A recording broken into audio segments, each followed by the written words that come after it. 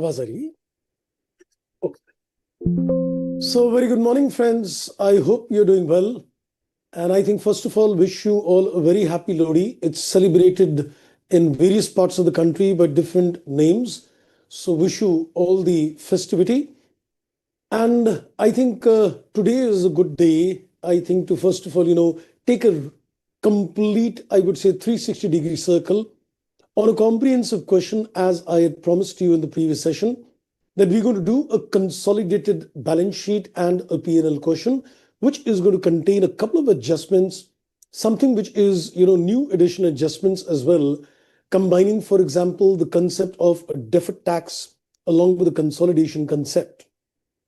Couple of adjustments have been, touched in the exams. And I think considering, the kind of questions we can confront, I am doing a little more additional kind of adjustments in this case. Now, this question which we're about to do is a comprehensive question. So I think, let me first give a disclaimer at the very start. And that is that this kind of question, of course, as a complete question may not be expected in the exam because it is going to be a time-consuming process. The idea to do this question is to give you a grip over the consolidation process, the 7-step model which we have done. And also the idea is that you are able to, catch up with different kind of adjustments.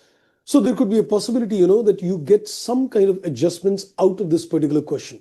So this question as an entirety may not come in the exams. But as I said, the objective is the learning. The objective is to get a clear understanding of the application of the 7-step model.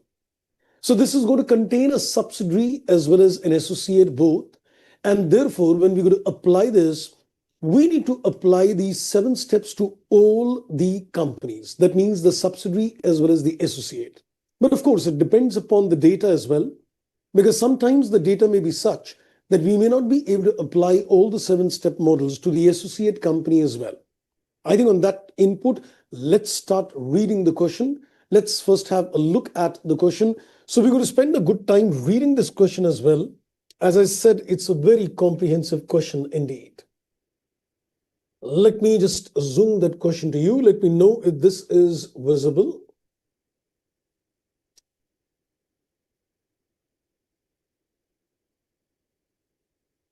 I'll perhaps, I think, zoom.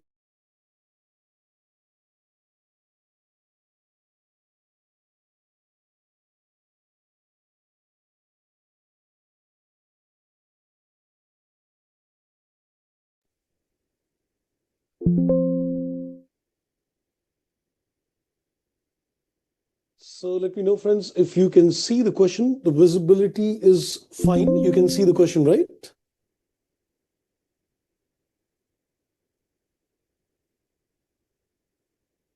So I am given the inputs in the question. It says Alpha is a parent with investment in 2 companies, Beta and Gamma.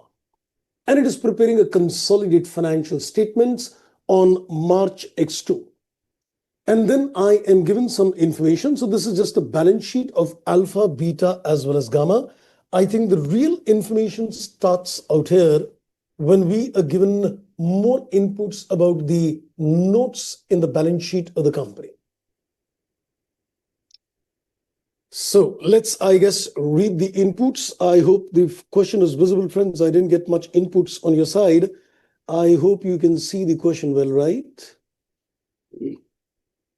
So the note number 2 tells me that Alpha's investment in Beta. It says on 1st April X0. Now, just be careful with the dates, of course. The balance sheet is given on March X2. And we've made the investment in Beta. It says on 1st April X0.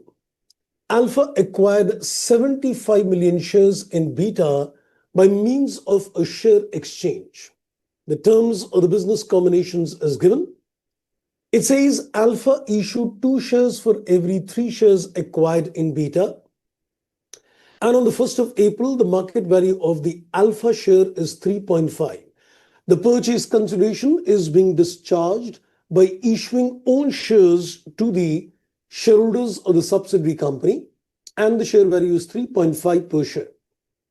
Then he says Alpha will make a deferred cash payment that makes it a DC to the former shareholders of Beta on 31st March X3. The acquisition date is 1st April X0, but we are going to make this payment on 31st March X3, which means after a period of 3 years, X1, X2, X3. So this is a deferred consideration which is being paid 3 years later. And then it says the payment is going to be $1 per Beta share acquired. So we're making a payment of $1 per every 1 share acquired. Then he says on the same date, the incremental borrowing rate is given at the rate of 10%. Alpha has included a liability of 61,983,471 in respect of the deferred payment in its financial statements on March X1. Now that's a crucial point. We're going to spend some time reading and analyzing the question as well. Because I think the most important bit is, first of all, understanding that the adjustments are to be done at which place, which steps, or maybe in the extract balance sheet, whatever. Now, if you notice, first of all, we are given the balance sheet. It says on 31st March X2. And when you read the additional information, it tells you that the amount of deferred consideration on March X1 is given. So may I take the opportunity of asking you, because this is a comprehensive question, and I think we'll interact a bit on this question as well. So when I see that the balance sheet is given on March X2, and it says that I've included the DC based on the value on March X1, so is there any omission that the company has done? And if there is an omission, then what is the omission and where are you going to consider the impact of the omission? So let's get input from your side. So this is the value on March X1. The balance sheet is given on March X2. I think we did that extensive discussion when we were doing Ind AS 103. And we said that if your DC gets omitted, then there is a corresponding accounting treatment as well. Okay, I didn't get many inputs on that as well. Okay, so that means this question is going to be solved entirely by me. So I think let me remind you that this amount is supposed to be deferred consideration, is supposed to be unwinded over a period of time. Because when you consider a deferred consideration, you first of all do the discounting, and then in the future years, the unwinding of discount occurs in this case. Okay, I think I got one input on this, and that's right, absolutely correct. So the company has omitted the unwinding for a period of 1 year because they have calculated the values on March X1. So where are you going to take this unwinding impact? Based on the 7-step model, where are you going to consider the impact? This is going to be done in the extract balance sheet because we decided if there are any kind of omissions, you're going to make an extract balance sheet before we proceed. There was one such question, if you remember, in the past examination question as well, where there has been a DC and there has been an omission with regard to recording the DC and its unwinding. That's brilliant indeed. Great. Okay, then it says it is the group policy to value the NCI in subsidiaries at the date of acquisition at a fair value. Now, as the moment you read that the NCI is taken at a fair value, immediately what shoots in the mind is goodwill is going to be a full goodwill. And if goodwill is going to be a full goodwill, then in that particular case, impairment, if any, will be considered for the parent NCI both. So that is going to impact the step number 4, 5, and 6. And as we're reading, we're just trying to collect the data that this adjustment is going to be taken in which place. How much time is this question going to take? Think about this. Let me know. Though we're still reading the additional information. Then he says the market value of Beta is $2 on 1st April, which can be used for the purpose. So to calculate the value of NCI on the date of acquisition, the fair value is given to us. Then he says on 1st April, Beta had retained earnings. This is going to be useful in terms of calculating the analysis of other equity.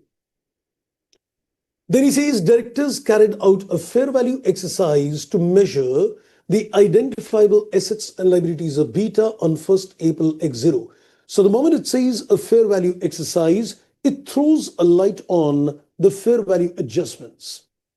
And the moment you think of fair value adjustments, then you know which steps will get impacted because of the fair value adjustments. So when you go to consider the fair value adjustments, just think which steps will get impacted because of the fair value adjustments in this case. And 2A that's and right. 7. One is 2A and 7. very good indeed. That's great. So it says the plant and equipment with a carrying amount of 100 million, estimated with a market value 110 million. And then it says the estimated life of the plant on 1st April X0 is 5 years. And this estimate remains valid. So you need to consider the additional depreciation as well. Now, the interesting part is this part. Beta disposed 20% of this plant since the date of acquisition. Now, I know you must have done a couple of questions where there have been fair value adjustments. And if you remember, it was always given as a note in the end that the inventory sold to each other or the fair value of the plant, it's still unsold. Now, here comes new adjustment that it says 20% of the plant, which was taken at a fair value, is being disposed of since the date of acquisition. That's what we're going to see when we come to step number 2A. How does the 20% disposal is going to be tackled? We're going to see that in the question. Then it says inventory with a carrying amount of 35 million had an estimated market value of 38 million. And this inventory is also being sold since the date of acquisition. May I take the liberty of asking you that if the inventory was fair valued and it stands disposed, naturally it's not a part of the consolidated balance sheet. So does it make a difference to my accounting treatment? Because when you consider a fair value adjustments, you take the fair value increase in the pre-acquisition column. And if it stands sold, what do you think we're going to do with this? Any wild inputs on this? Okay, think about it. We'll come back to this on later, but I think the disposal of a portion is going to be an interesting adjustment. Then he says the fair value adjustments have not been reflected in the individual financial statements of beta, and in the consolidated financial statements, these fair value adjustments are regarded as temporary differences for the purposes of computing a deferred tax. Wow. And that adds on another interesting input. I'm sure we have not done any question on this date so far, which is got the fair value adjustments with the deferred tax implications as well. And that's the reason I wanted to add this question to give you an edge. So it says the rate of taxes to apply to the temporary differences is 20%. And then it says on 31st March, the directors of Alpha identified that goodwill stands impaired by 13 million. So you can see that in the initial part of the question, the discussion on a deferred consideration is given. Then he's talking in terms of the fair value adjustments. And apart from the fair value adjustments, he's also talking of a deferred tax implications on all these adjustments. So we'll take care of all that when we come to the step number 2A and of course step 7. Let's read further. Let me just crop this and let's read further. And we are given some more notes in the question, elaborating the inputs about other investments as well. So this could be a decent, 25 marks questions in the exam, but we don't get questions on 25 marks. So the idea is that, there could be certain adjustments which could be a part of a consolidation question. Trust me, after doing this question, you must do this question by your own hand once, and the level of confidence you're going to get after doing this is going to be super duper. Then he says there is another investment in Gamma, and it says on the date of incorporation, it says Alpha subscribed 40% equity shares of Gamma, and that means they get a significant influence, and that means it becomes an associate, and therefore the consolidation will be as per IS 28. It says this main investment made Gamma an associate, and the draft financial statements recognize this investment at cost. Now, one thing is very clear. If you acquired the investment on the date of incorporation, then we can very clearly say one thing, that the entire profits of the company, that is gamma, is post-acquisition in nature. Because when you acquired the company, there was no retained earnings. You acquired the company 40% stake on the date of incorporation. So whatever earnings are done by the associate company is post-acquisition. So I think we can avoid doing any kind of analysis of profit. We can simply concentrate in terms of step number 5A, where you get the investment in the associate as a single figure. Then he says you can ignore any deferred tax implications on this investment. And then comes another input, note number 4, intercompany sale of inventory. The inventories of beta and gamma includes certain components purchased from alpha. Now, alpha is the investor. And the inventories of beta and gamma includes these components. Is it downstream or is it upstream in nature? Alpha is the investor and he made a sale to beta and gamma, and that makes it downstream in nature. Now, once it is a downstream, we know where are you going to consider the impact. So can I say the impact of a downstream will be taken in which step number? That's right, it's going to be taken in step number 6 and step number 7 in this case. Good. Then he says alpha applied a markup of 25%. Markup means a profit on cost. And it says 25% on the production cost in arriving at the sale price. You can again ignore the deferred tax implications of any adjustments. So this becomes a case of an unrealized profit, that is a stock reserve. And then we've got another note, and this is going to be a blend of financial instruments with the consolidation and the concept of foreign exchange. So Ind AS 21, Ind AS 109 getting blended with Ind AS 110. So it says there is a long-term borrowing of alpha which arose on April X1 when they borrowed 50 million euro. Now this would become a foreign currency because the financial statements are all given in dollars. Now since it's an international question, so only let's think that everything is effectively in Indian rupee. We're just given the information that they borrowed money which is 50 million in terms of euro. Then he says alpha incurred an issue cost of 1 million euro. The exchange rate at the beginning of the year is given. It's 1 euro, $1.2. And then it says what alpha did. He included 60 million in the long-term borrowings. How did he get the 60 million? So we know that the loan is for 50 million euro and the exchange rate is $1.2 a euro. So what he did, he converted the amount of foreign currency loan using the spot rate available on that date. Then he says he also took 1.2 million to the comprehensive income. That means this is the amount of issue expense. So the issue expense given to me is supposed to be 1 million and with the rate of exchange 1.2, that makes it 1.2. Did he do the correct treatment based on Ind AS 109? When you incur an issue expense relating to a financial liability, what is the treatment in terms of 109? Is that amount charged to the profit and loss statement? Or is the amount adjusted in the financial liability figure? What do you say? Just go back to the concept in terms of 109. When you consider the financial liabilities, there is a specific treatment in terms of transaction cost. Especially if the financial liability is taken at AC, there is amortized cost. And that's right.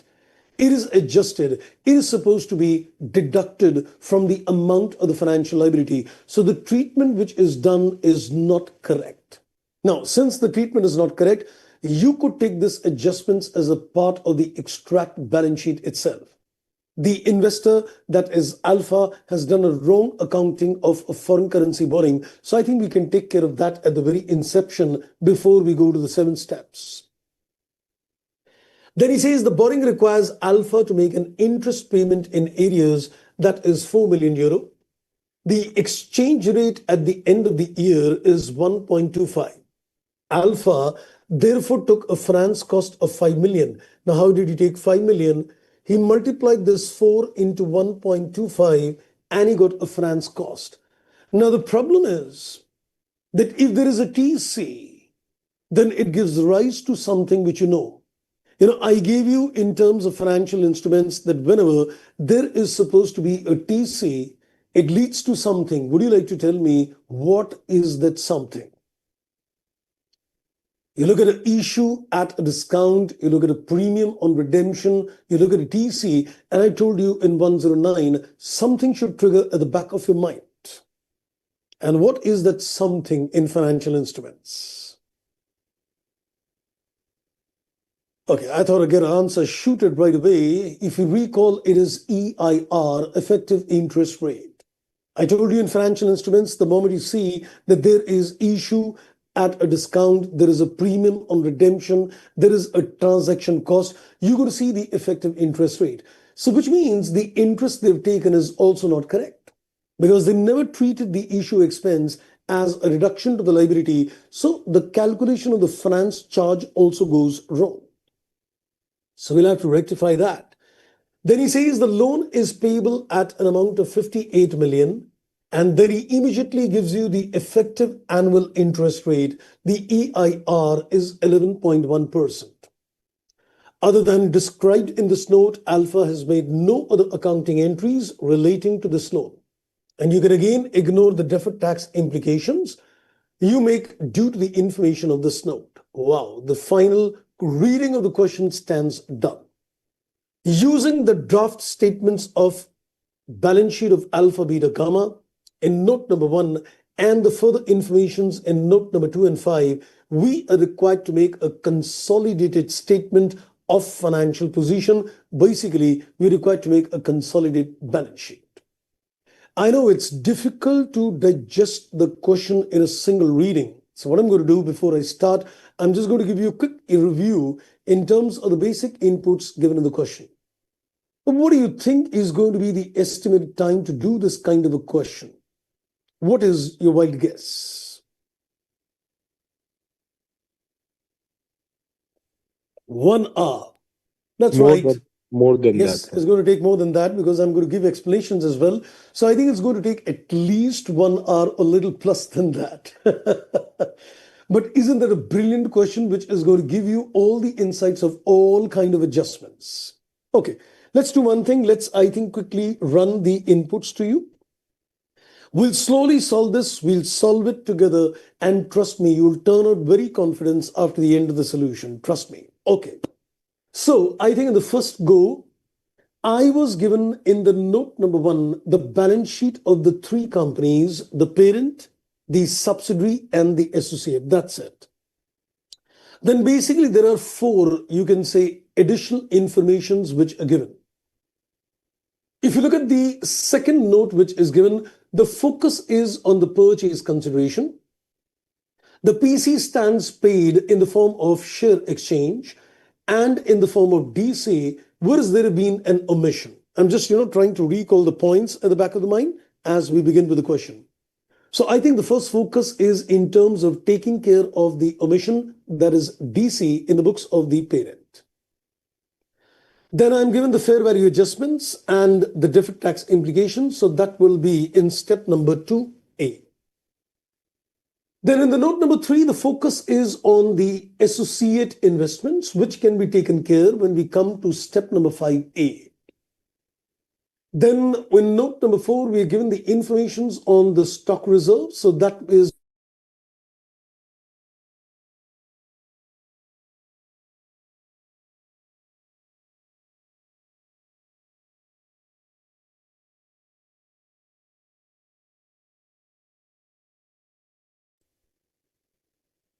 the question seems to be too bad indeed. My God, my system is giving up. Okay, let's I think still concentrate back.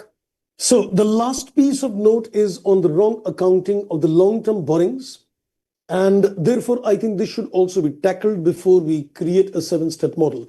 So I think the very first focus is to take care of the omissions regard to DC, the unwinding which they missed out, And I think the next consideration is the rectification of the long-term borrowings, which is in a foreign currency, of course. So I think let's first tackle that part. And then I think we proceed with the 7-step model. Now let's begin the journey. So let's, I think, begin the inputs on the answer to this question. So we'll go step by step, understanding each and nitty-gritty. So anywhere you face a problem, anywhere you feel that, no, this treatment is not clicking to me, please stop me, because I know it is a technical question. So my focus, first of all, is to prepare the extract balance sheet. My focus is to make an extract balance sheet. And in the extract balance sheet, we are focusing on, first of all, the journal entry. So let's first pick up the data. So I'm first of all concentrating on the deferred consideration. Let's filter the data to begin with. Now, I want you to first of all see that there is investments given if this is all in terms of thousands. This is 263,349. I am given the investments. I'm given the investments, and this is given to me on 31st March X2. The investment given to me is 263,349. 263,349. And if you recall, when you consider the investments in the balance sheet of the parent, there is a need to filter out that if there is any other outside investments as well. Because if there is any outside investments, that would appear in the consolidated balance sheet. So what we're going to do, we will segregate that out of this particular investments, how much is the investment in terms of subsidiary company? How much is the investment in terms of the associate company?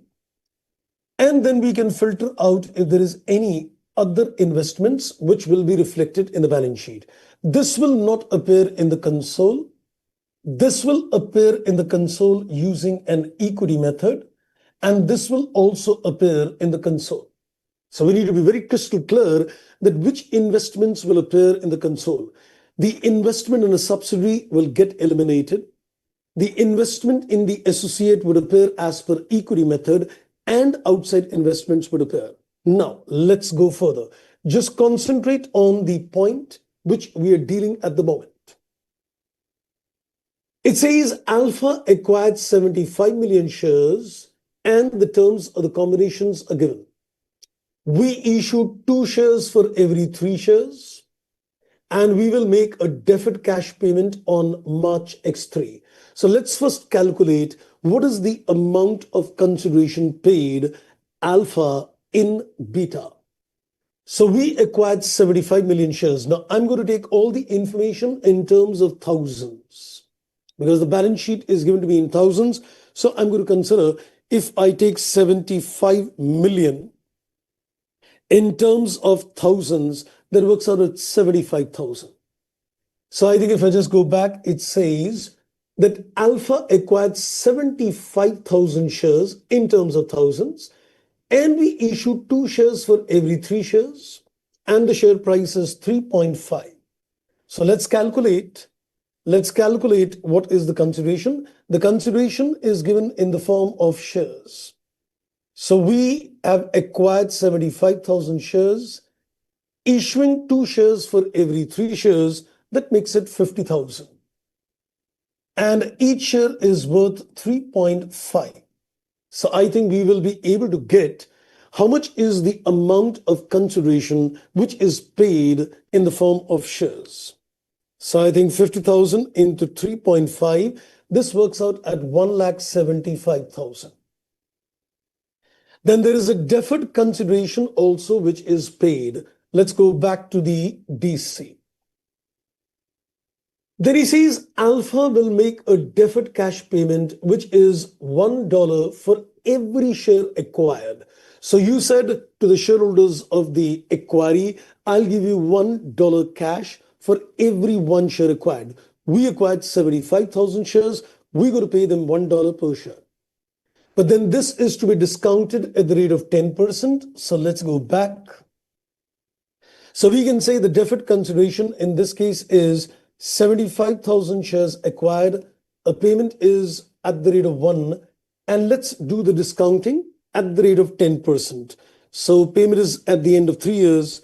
So take a PVIF at the rate of 10%, which is at the end of third year. So I'm taking the decimals up to 4 places. That's 7.7513. So this works out at 75,000 into 7513. This is coming to 56,348. This is 56,348. I hope, friends, you're able to catch up with the working so far. I heard them not going very fast as well, but I hope you're able to catch up with the points, right? Great.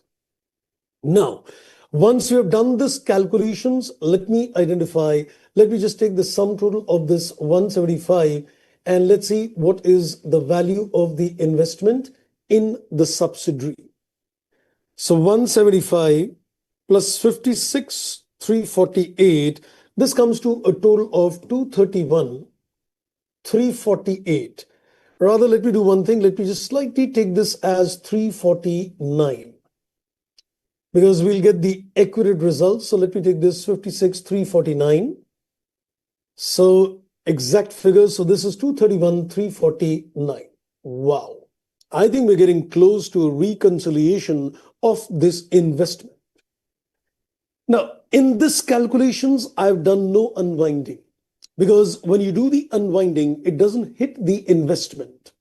The unwinding will lead to an entry where the finance charge will get a debit and the DC will get a credit, but the value of the investment does not undergo a change.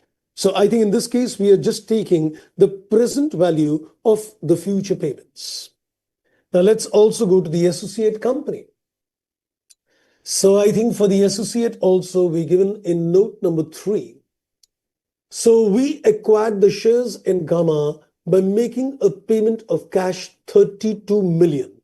32 million in terms of thousands is going to be 32,000.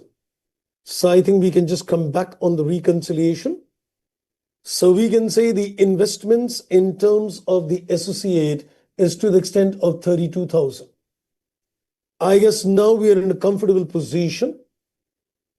So this is the investment in the subsidiary. This is the investment in associate. Let's see what is the balancing figure. If there is any other outside investments, we can relate that. So 263,349 minus 231,349 minus 32, there is no outside investments. Indirectly, if you ask me, this is what you could have done in terms of step number 3. In terms of step number 3, when you calculate a purchase consideration, so indirectly, if you ask me, I have done in advance the step number 3, where in terms of PC, you identify if there is any outside investment. So I think let me technically make a mention. This is indirectly taking care of my step number 3 as well. So far, so good. We've not yet worked upon the DC. We've just seen the segregation of the investments in the balance sheet of the investor. Let's take it further. Now we're going to concentrate on the deferred consideration, where I want to look at the concept of unwinding of discount. Because the omission is with reference to UOD, so we need to see the concept of unwinding of discount in this particular case. So let's get back to the additional information and let's have a look on the unwinding. So it says Alpha made a deferred cash payment, which is going to be done on March X3, $1 per share. The incremental borrowing rate is 10%. Then he says Alpha included a liability 61,983, 471. This is on March X1. If you look at the balance sheet as well, in the balance sheet of the company, we can see the 61,983. This is the value which is standing on March X1. Though the balance sheet is given to me on March X2. So I think this is clearly indicative that there has been an omission in terms of unwinding. So let's see the entire calculations of unwinding. Let's make a time scale and let's see the entire details in this case. So we are sitting on 1st April X0. I think that was the date of acquisition. Yes, 1st April X0 was the date of acquisition. So the balance sheet comes on March X1. And then the balance sheet is on March X2. And the payment is going to be on March X3. So my consolidated balance sheet is being prepared on this particular date. So let's, I think, look at the figures of unwinding. So let me see what was the purchase consideration, the DC. The present value of the future payment 75 is 56,349. So this is 56,349. And then when you unwind, you would calculate an interest at the rate of 10% on this. So 56,349 plus another 10%, that makes it 61,983, I would say, or 4. Now, let me just come back. The figure which is appearing out here is 61,983. I think we'll take it as 983 for accuracy of calculations, which means the company has done the unwinding only for 1 year. The company has done the unwinding only for 1 year. So let me take this as 83 only for accurate calculations. The company omitted to do the unwinding for another year. 61,983 into 1.1. So this would come to 68,181. So technically speaking, the company's balance sheet should have done another 1 year of unwinding. So they omitted to do this unwinding. So let's do one thing. Let's look at the journal entry. So this is what stands omitted. This is what stands omitted. So in this particular case, if this stands omitted, so let's put the journal entry, then we can incorporate that in the extract balance sheet. The entry is going to be finance charge gets a debit, basically adjusted and retained earnings, and DC gets a credit. So the entry in this case is going to be finance charge gets a debit. And I'm putting in the brackets retained earnings because this will get adjusted there. And the deferred consideration gets a credit. Would you like to tell me the amount of this entry? Is it going to be the difference between these two figures? This is the DC in the balance sheet, and this should be the DC in the balance sheet. So yes, is the difference represents the finance charge? 68,181 and 61,983. This comes to 6198. That is the interest. Great. That's absolutely correct. Now, another small question before we'll incorporate this in the extract balance sheet. The small question is, now, if you notice another inputs in the balance sheet, the deferred consideration is appearing as a part of the non-current liability. But now it's going to be paid 1 year later. So in the consolidated balance sheet, are you going to show this as current liability or non-current? Because 1 more year is go, that means this transforms into a current liability. That's right. So I think I'll make a mention out here that this figure now in the consolidated balance sheet is going to appear as a current liability. So we'll have to change the code in the consolidation as well. The DC is done. So far, so good. I hope you're able to catch up with the points. So what we did, we just segregated the outside investments. It was not there.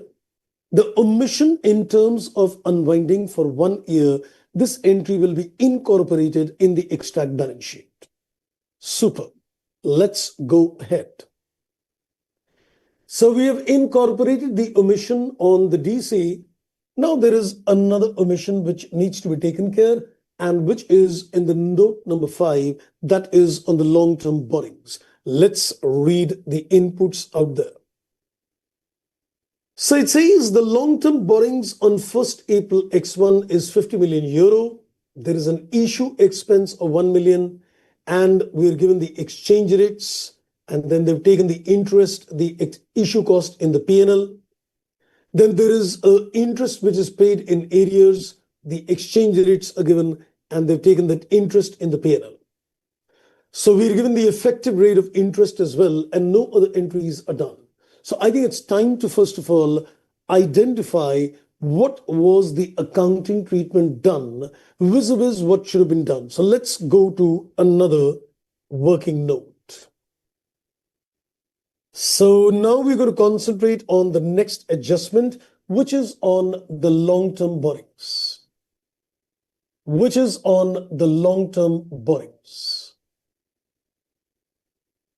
So when I look at the long-term borrowings in this case, I have always insisted, that you should always make a ledger account instead of making some amortization chart. And if you remember, one of the questions which I did in terms of financial instruments, if you recall, we did some questions in the RTP where, there was a blend of Index 21 and financial instruments. And I said, the best thing is that you can just concentrate in making a ledger account in foreign currency itself. So don't get worried. First, make the correct ledger or the financial liability in a foreign currency. We can take care of the foreign currency at the end. Now, in this particular case, I'm not going to convert all the entries in the ledger account in terms of foreign currency because it's a rectification of error. So let's first make the ledger account the way it should have been done. Ignore the foreign currency concept right now. So what we're going to do, we're going to go make a ledger account. So this is on the financial liability, which is the long-term borrowings. Now, we are making this ledger account in foreign currency itself at the moment.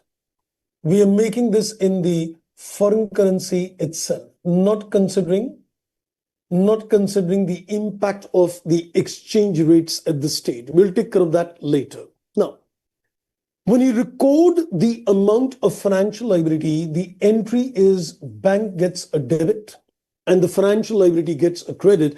And this is after reducing the TC. So let's get back on the point. Let's get back. So it says in the note number 5, the long-term borrowings are 50 million and it says there is an issue expense of 1 million. So 50 million would mean 50,000. So what we'll do, the entry is 50,000 minus the TC. So you would have captured this amount at 49,000. The financial liability would have got recognized at a net figure, which is the amount of proceeds minus the TC. Then, when you take the finance charge in this particular case will be taken on the basis of the effective interest rate. Because when you're going to consider the interest, since there is a TC, it'll lead to an EIR and the interest will be taken on the basis of EIR. Let's get back. So it says in the end that it says the effective annual interest rate applicable is 11.1%, whereas the interest paid in arrears is 4 million. So we take the EIR at the rate of 11.1% in this case. So on 49,000, 11.1%, it comes to 5,439. And then we made a payment of the interest, and this is 4 million, so that works out at 4,000. So can I say, since this financial liability is being captured, you can say at amortized cost. Because by default, the financial liabilities will be captured at amortized cost accounting. So no fair values to be captured in the end, just the balancing figure. So we get the balance CD as a balancing figure. So 49,5439 minus 4, this comes to 50439. Now, this is in foreign currency. This is to be converted. This is to be converted into functional currency. Since this is in a foreign currency, this is to be converted in terms of a functional currency as well. And now I'm just going to go back and look at the exchange rates which is prevailing at the end of the year. So let's go back to the inputs out here. So in the note number 5, I am given, it says the closing exchange rate is €1 is 1.25. So €1 is $1.25. So multiply this into 1.25. So we're going to get the figures in the functional currency. And then I'll tell you something on the rectification part. 50439 into 1.25. This comes to 63049 approximately. Now, small little question. Can I see if I want to look at the rectification, the simple input is compare the long-term loans in the balance sheet of the company and compare it with the ledger. Can I say the difference is the change in the long-term borrowings adjusted through retained earnings? Why should I get into the trouble of identifying how much interest was taken, how much interest should have been taken? I'm sitting at the end of the year after all the entries are done. My input tells me that this is the value of liability in the books of accounts. So can I say I will just compare the existing liability in the books and compare it with this figure? So whatever is the difference, just take the hit in the retained earnings itself. Make sense? Agreed? That's right, absolutely. So let's go back to the balance sheet and let's have a look at what is the amount of long-term borrowings in the balance sheet of the company. The long-term borrowings is appearing at 60,000. So we can now simply do a small little working. So we can say the book value is appearing at 60,000. So we can just see that there is a need to enhance the liability by this difference. So what we can do in terms of the journal entry, put the entry retained earning gets a debit, long-term borrowing gets a credit. There is a need to increase the amount by 3049. So that hit is taken in the retained earnings of the company. Okay, trust me, we have not done anything related to consolidation so far. We are just looking at rectification of errors. The omission of the unwinding, that's it. And the omission, the wrong treatment of the long-term borrowings vis-a-vis Index 21 and vis-a-vis Index 109, that's get taken care. Super. I hope, friends, you're able to catch up with the input so far. I know it's a dreaded question, but it's wonderful. You should be able to get the thought process very clear that this is what is to be done at each stage. So I think now it's time to consolidate this into an extract balance sheet as well. So let's do one thing. Let's now concentrate on an extract balance sheet. Because at the end of the day, these entries needs to be incorporated in the extract balance sheet of the parent company, that is Alpha. So whatever changes are required, we're going to do those changes in the extract balance sheet in this case. Let's revisit on the entries. So I think in this case, the entry which we did, RE needs to be reduced and DC needs to be changed. That is one. RE needs to be changed and the long-term borrowings needs changes. So due to these entries, the extract balance sheet will change only the equity and the liability section. So let's do one thing. Let's go back and identify the changes in the balance sheet of the company. So we're just going to make the changes on the equity and the liability side.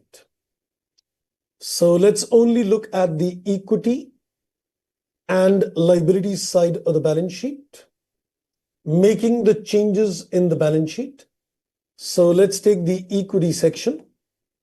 In the equity sections, we'll make the changes in retained earnings. And on the liability section, that is on the current liabilities, will represent the new value of deferred consideration. Let's pick up the figures now.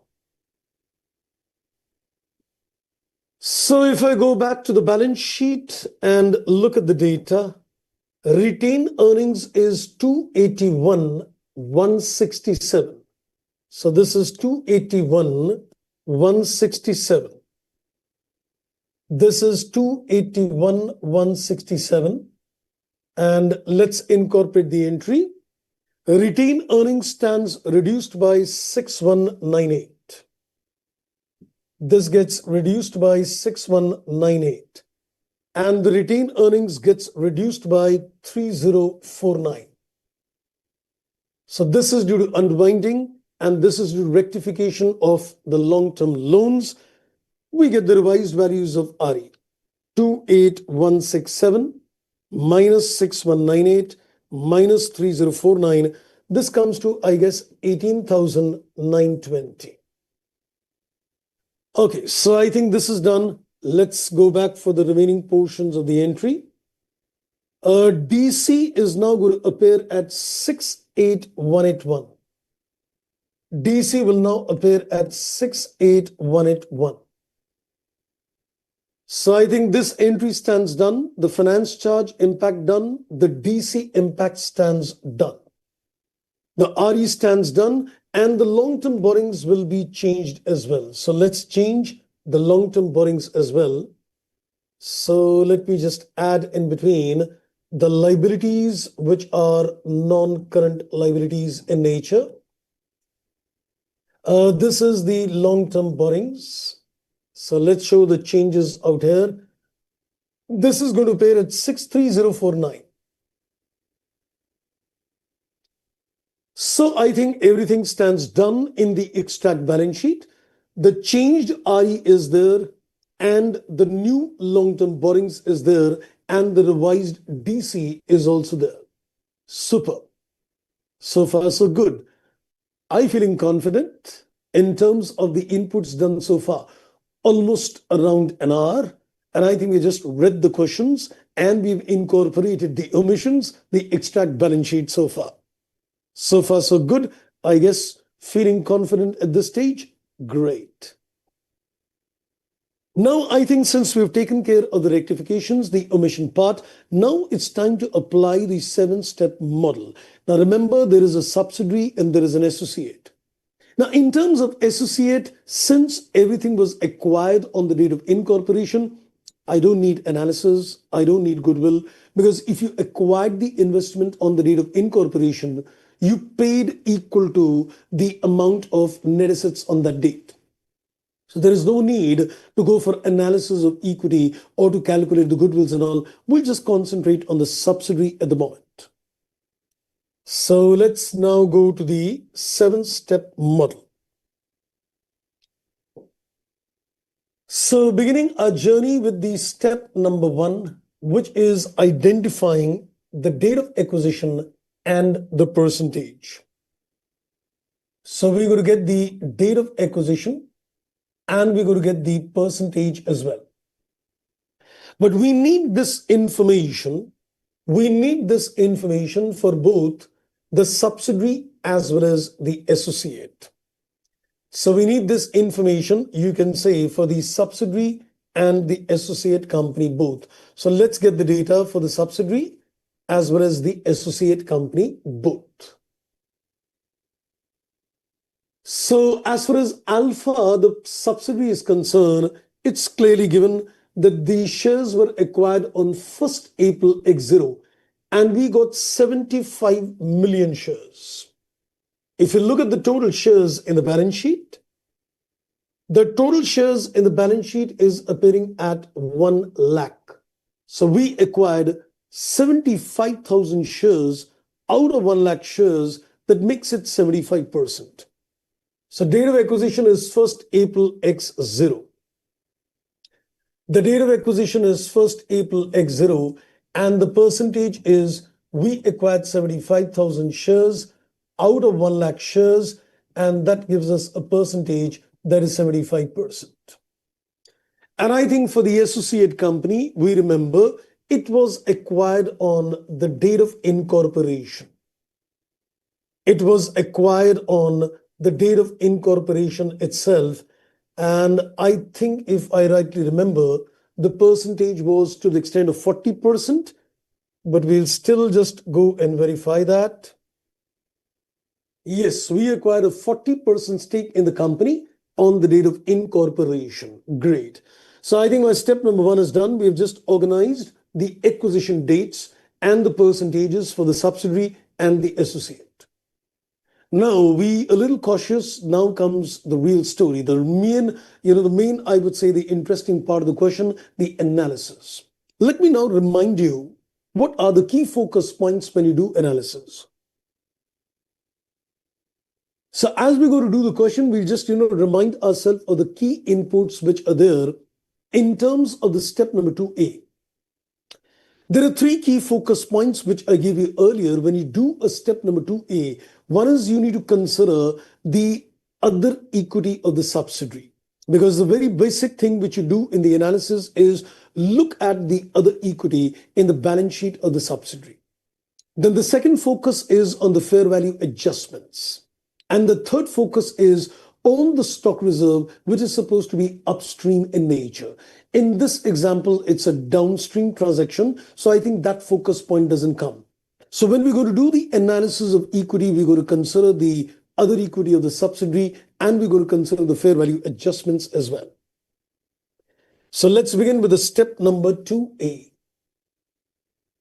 So we begin a journey in terms of step number 2A, which is analysis of other equity. Which is the analysis of other equity? Though in other equity, we just got retained earnings. So let me just make a double input because the analysis is going to be a little pretty long.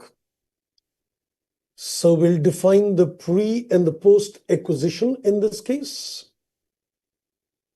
First, we should define in terms of date what is pre and what is post acquisition in nature, and then move ahead.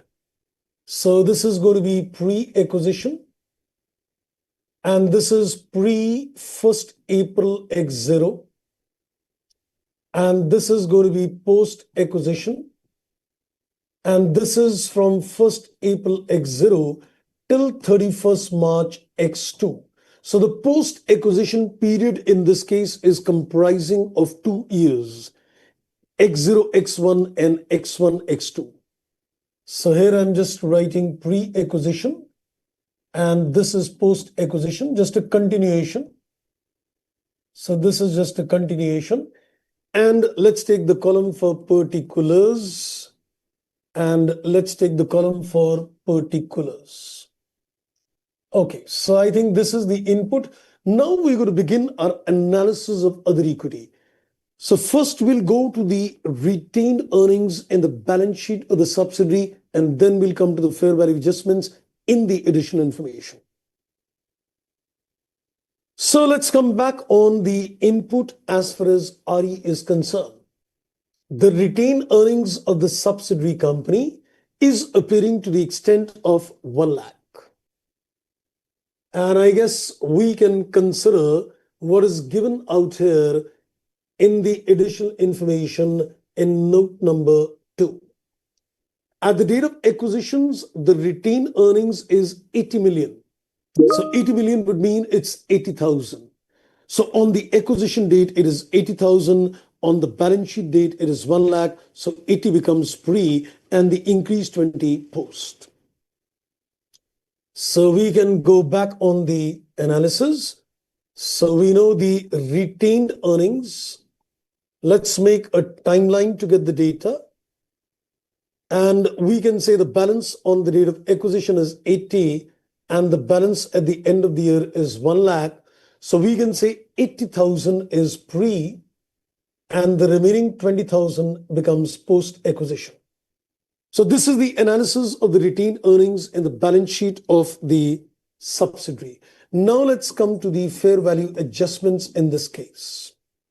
Now be careful, because this is going to be a crucial point, a new adjustments coming your way. Let's come back now on the fair value adjustments, which is given out here. This is the entire impact of the fair value adjustments. Let's read.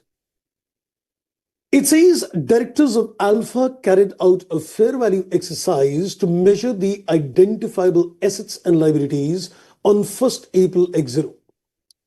Plant and equipment with a book value of 100 million is estimated to have a market value 110 million. Then he says the life of the plant is 5 years on the date of acquisition, and this estimate remains valid. 20% of the plant is being sold. So there is a fair value change, which we need to take care of the additional depreciation, but 20% stands disposed. Then he says in the end that these fair value adjustments are temporary differences, and you need to compute a deferred tax as well. Now, watch me very carefully. So I am considering, first of all, the inputs relating to plant. Now, there are two focus points. One is that this fair value adjustments lead to deferred tax implications. One focus. The second focus point, that 20% of the plant stands disposed. We'll take care of the 20% later. Let's first focus on the deferred tax. Now, watch this carefully. So we can see the carrying amount of the plant is equal to the fair value, which is 110. That makes it 1,10,000. So when he says that the plant is taken at a fair value, which is 110 million, so we can say the carrying amount is equal to the fair value, which is 1,10,000. But when you consider the tax base in this case would remain 1 lakh itself. Let's go back and see the data once again. The plant and equipment has got a book value of 100 million, that's 1 lakh, with a market value 110 million. So there is, the tax authorities will never consider the revalued figure. So the carrying amount at the time of business combination is supposed to be the fair value. But the tax base is going to be the original book value. So if I come back on the data, we can see that this is the book value 110 and the tax base. Would you like to tell me, based on Ind AS 12, when the carrying amount is more than the tax base, can I say this leads to what? Taxable temporary differences or deductible? Go back to Ind AS 12, go back to the learnings in Ind AS 103, where I gave you that if the carrying amount of the asset is more than the tax base of the asset, it leads to what? Taxable temporary difference, TTD, or deductible temporary difference, DTD. The book value of the asset is more than the tax base of the asset. No, it's not deductible, I'm afraid. It's going to be a taxable difference. As per Ind AS 12, if the book value of the asset is more as compared to the tax base, it results in a taxable temporary difference. So this is going to be called as a taxable temporary difference, which is to the extent of 10,000. And this will lead to a deferred tax liability at the rate of 20%, that is supposed to be 2,000. Now, let's fit in the data. Let's fit in the data based on this. That's right, we're going to get a DDL. Now, let's fit in the data very carefully. The first thing is that there is a fair value change. The first thing is that there is a fair value increase. Now, when there is a fair value increase, you know what is the entry normally as per Ind AS 16? Because when you do an entry as per Ind AS 16, you put the entry, it's like PPE gets a debit to the extent of 10,000. But the revaluation surplus gets a credit to the extent of net of deferred tax, that is 8,000. And you create a DTL to the extent of 2,000. So in this case, there are two things. The fair value change increase is 10. That's a gain. But then you're going to record a deferred tax liability, which is like an expense. So correspondingly, we'll create 2,000 in the brackets, which is a deferred tax liability. So when you get a revaluation and it results in a gain, so there are two elements. The gain is in the pre-acquisition column, that's in a plus, and the corresponding DTL is in a minus. So your gain is net of tax to the extent of 8,000. I hope I stand very clear, friends, on that. So if you get a DTA, you'll take it in a plus. But if you get a DTL, you're going to take this in a minus. The only new thing which you've learned is that if there are deferred tax implications on the gain, then you take the gain, that is one, and you create a DDL on that amount, which is an expense. So the net gain is 8,000. Got the point right? Now comes the other agenda. Now comes the other agenda. Now watch this carefully. Watch this very carefully. The next agenda. Now, we are given that out of this portion, 20% plant is sold. Now, let me make some statements at this stage. Let's see how do you react on this. Today, a taxable temporary difference is arising, resulting in a DTL. When is the reversal of this DTL going to take place? Can I say the reversal will take place on the unsold portion when you consider extra depreciation? The reversal will take place on the sold portion when the asset is sold. So remember that when you're looking at a deferred tax implications, the creation of the DTL took place today. We also need to consider the timing factor for the reversal. So there will be two factors. For the portion which is sold on the sale of the asset, the related deferred tax liability will get reversed. On the unsold portion, when you take the additional depreciation, the deferred tax liability will get reversed. So it would be a good idea that you tackle. It would be a good idea that when you tackle this, you split this in terms of two elements on a post-acquisition period. You split this between the two portions as far as the post-acquisition period is concerned. And I would say the two portions in this case is the sold portion. Let's take the sold portion and let's take what is the unsold portion. So your treatment in the post-acquisition should be split between the sold and the unsold portion. Now, let me first talk about the sold portion very carefully. Please analyze this carefully. If you get this, say yes. Otherwise, don't say yes. Is this 20,000 including the profit on the sold portion? Say yes or no. Is the 20,000 which you've written in the post-acquisition column, is this including the profit on sale of the sold portion? Yes or no? Because in the separate financial statements of the subsidiary, he would have recorded the profit on sale only when he sold the asset. It is for the consolidation point of view that you book the amount of profit in advance. And that's rightly said. Yes, that's rightly said that this is including the profit on the sold portion. Now, you've already taken the profit in advance in the pre-acquisition because of the fair value adjustments. So can I say now if this is including that profit on sale, it should get eliminated. It should get reduced at this stage. Did you get my point? Since the profit on sale is already a part of this fair value adjustment, because for the consolidation point of view, you've taken this including the entire fair value.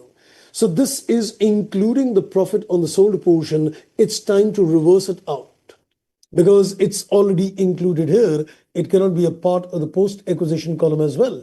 So on the sold portion, there will be a need to reverse the profit on sale.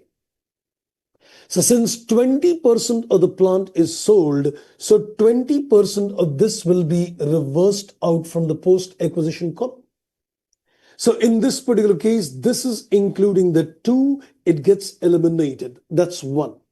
Secondly, when you eliminate this profit on sale, you should also reverse the detail to the extent of 20%.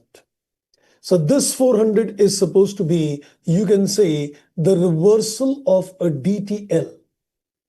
The reversal of DTL is going to create an income. So go carefully with the data. The fair value changes are in pre, That's one. If the portion is sold, reverse the profit on sale, one, and reverse the DTL, that's two. So I did a reversal of the profit to the extent of 20%, and I also reversed the DTL, and the reversal of DTL is going to create an income in this case. Now let's come to the unsold portions in this case. So 20% is the sold portion and 80% is the unsold portion. Now, on the unsold portion, you can say the reversal of that fair value change is indirectly taking place due to additional depreciation. So we'll take care of the additional depreciations on this amount. So it says that the life of the plant is 5 years. And since the life of the plant is 5 years, what is the annual depreciation on the remaining 80%? I need to consider the additional depreciation on the 80%. So on that 8,000, 5 years life comes to 1,600 and you need a 2 years depreciation.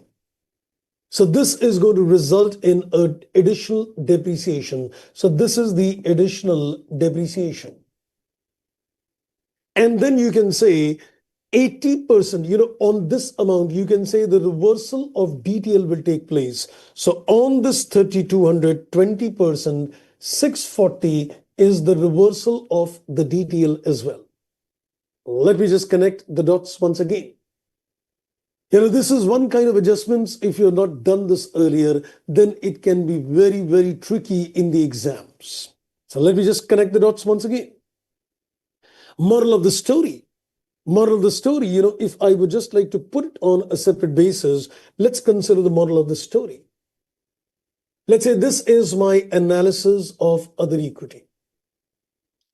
So this is my analysis of the other equity. So this is my pre-acquisition column and this is my post-acquisition column. Let me now journalize the data. So can I say in the pre-acquisition column, you will take the fair value versus the carrying amount and you're going to book the increase or decrease as the case may be. Let's put it as increase. We've always been used to the fact that we book the increase in the pre-acquisition column. Now, if there is a deferred tax implication, so what do you need to do on this increase, considering that the carrying amount is more than the tax base, you need to basically capture the deferred tax liability. So this is going to be a plus and this is going to be a minus. So you can say that you take the fair value change, one, and you take the deferred tax implications, two, in the pre-acquisition column.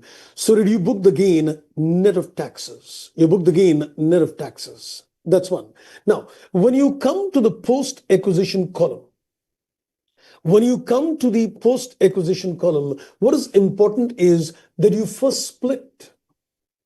You first split that what is the portion which is sold and you split what is the portion which is unsold. When you come to the post-acquisition period, you should very carefully consider and split the portion which is sold and the portion which is unsold. Remember, on the sold portion, you need to remember that this leads to reversal. This leads to reversal of a deferred tax liability. And even on the unsold portion, that also leads to the reversal of DTL. So the sold portion will lead to reversal. The unsold portion will also lead to reversal. So what are you going to do now? The two things. What are you going to do in terms of the two things on the sold portion and on the unsold portions? Two things need to be carefully taken care of. On the sold portion, there is a need to reverse the fair value increase which was recorded. You recorded this fair value increase out here, so there is a need to reverse it. So this is going to be minus. Since you have already taken the profit earlier, it's time to reverse the profits. And this will also lead to reversal of DTL. And the reversal of DTL is going to be a plus. And you can take the reversal on this amount itself. 20% of the profit. Then on the unsold portion also, what you need to do, you need to consider the additional depreciation.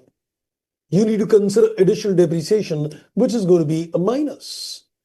And this is also going to lead to a reversal. This is also going to lead to a reversal of a deferred tax liability, which is plus, and the reversal is going to be taken on this additional depreciation.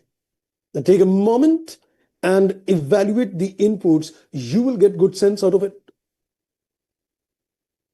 This is the comprehensive way in which a fair value adjustments is going to be incorporated considering a deferred tax implication. So the fair value change along with the deferred tax implication. On the sold portion, the reversal of profit along with the reversal of deferred tax implications. On the unsold portion, additional depreciations and the reversal of a deferred tax implication. I hope, friends, I stand very clear on my thoughts. So that becomes a summary chart in terms of the fair value adjustments with deferred tax. So this is on the fair value adjustments with deferred tax. Yes, I think somebody wants to put a question. So in the last unsold portion, the reversal of DTL, it will be with respect to which percentage in the last? 20%. So my tax rate is 20%. So 20% of this tax rate is 20%, 20% of this. Okay. Great.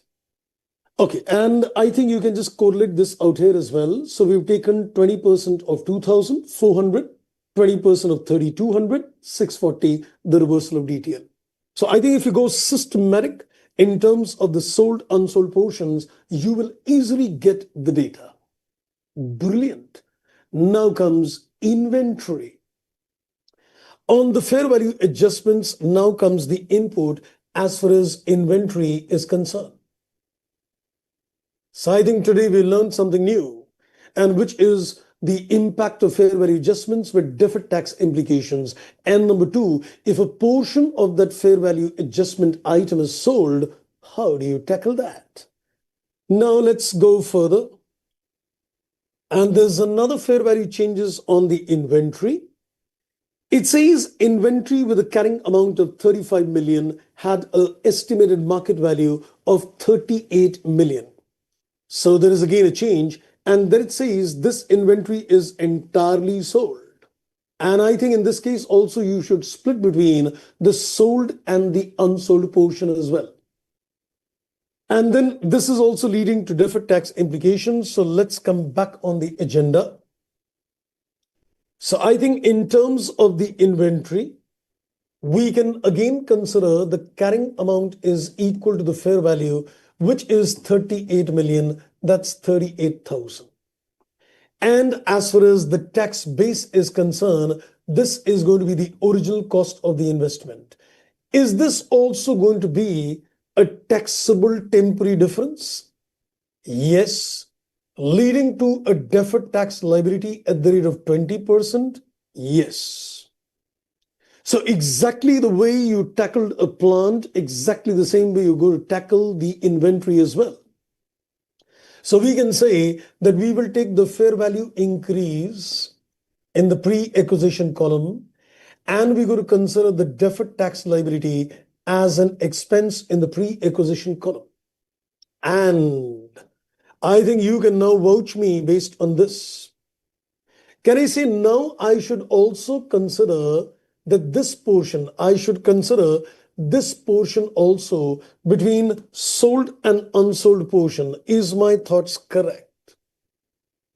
I should again consider what is sold and unsold. Yes. So what I'm going to do in this particular case, in the post-acquisition, I will see what is the sold portion and I will see what is the unsold portion. If you do not sell, nothing is to be done. If you do not sell, nothing is to be done. Can I say if you're going to sell, you know what you're going to do? You will reverse the fair value change and you will reverse the DTL as well. You'll reverse the DTL as well. So you can see that since the inventory is sold, then this profit of 20 is including that profit on sale. Since you booked that profit on sale, in as a part of the fair value change. So this 20 is including 3. So you need to reverse it out and the reversal of DTL will take place. In terms of plant, the reversal of DTL takes place due to depreciation and due to sale. But in terms of inventory, the reversal takes place only on sale, not if it is not sold. So in this particular case, this is how the split will happen. Take care of the fair value change, take care of the deferred tax. If it is sold, reverse the profit and reverse the DTL. On the unsold portion, nothing. I think I'm just going to pen this down as well. This is one chart. Let's, I think, pen this down. Let's, I think, pen this down in terms of another chart as well. So this will give you another summary chart, which is on the inventory. So we're looking at the summary chart. This is now the summary chart in terms of fair value changes of inventory. We're looking at fair value changes of inventory. So this is pre and this is post acquisition. So I think if I just connect the dots once again, when you get a fair value change on the inventory, I would say on the fair value change of the inventory, in the pre-acquisition column, there are going to be two things. You will book the fair value versus the carrying amount, and you're going to record the increase. This is plus. And you will record an associated deferred tax liability. This is going to be minus. And then I will split between the sold portion and on the unsold portion. So let's make it clear. The sold portion will lead to reversal of DTL. The sold portion will lead to reversal of DTL, but the unsold portion will not lead to. It will not lead to reversal of DTL. So this will not lead to reversal of a deferred tax liability in this case. So only the portion which is sold will result in a reversal. So what are you going to do? Two things. In this case, we will reverse the fair value gain. So that's going to be a minus. And you will go for a reversal of DTL. That's going to be a plus. That's going to be a plus. And here you will do nothing. If the portion is not yet sold, we'll do nothing. So I think if you go systematically, it's going to be a simple affair. That in the pre-acquisition fair value gain with the deferred tax, two things.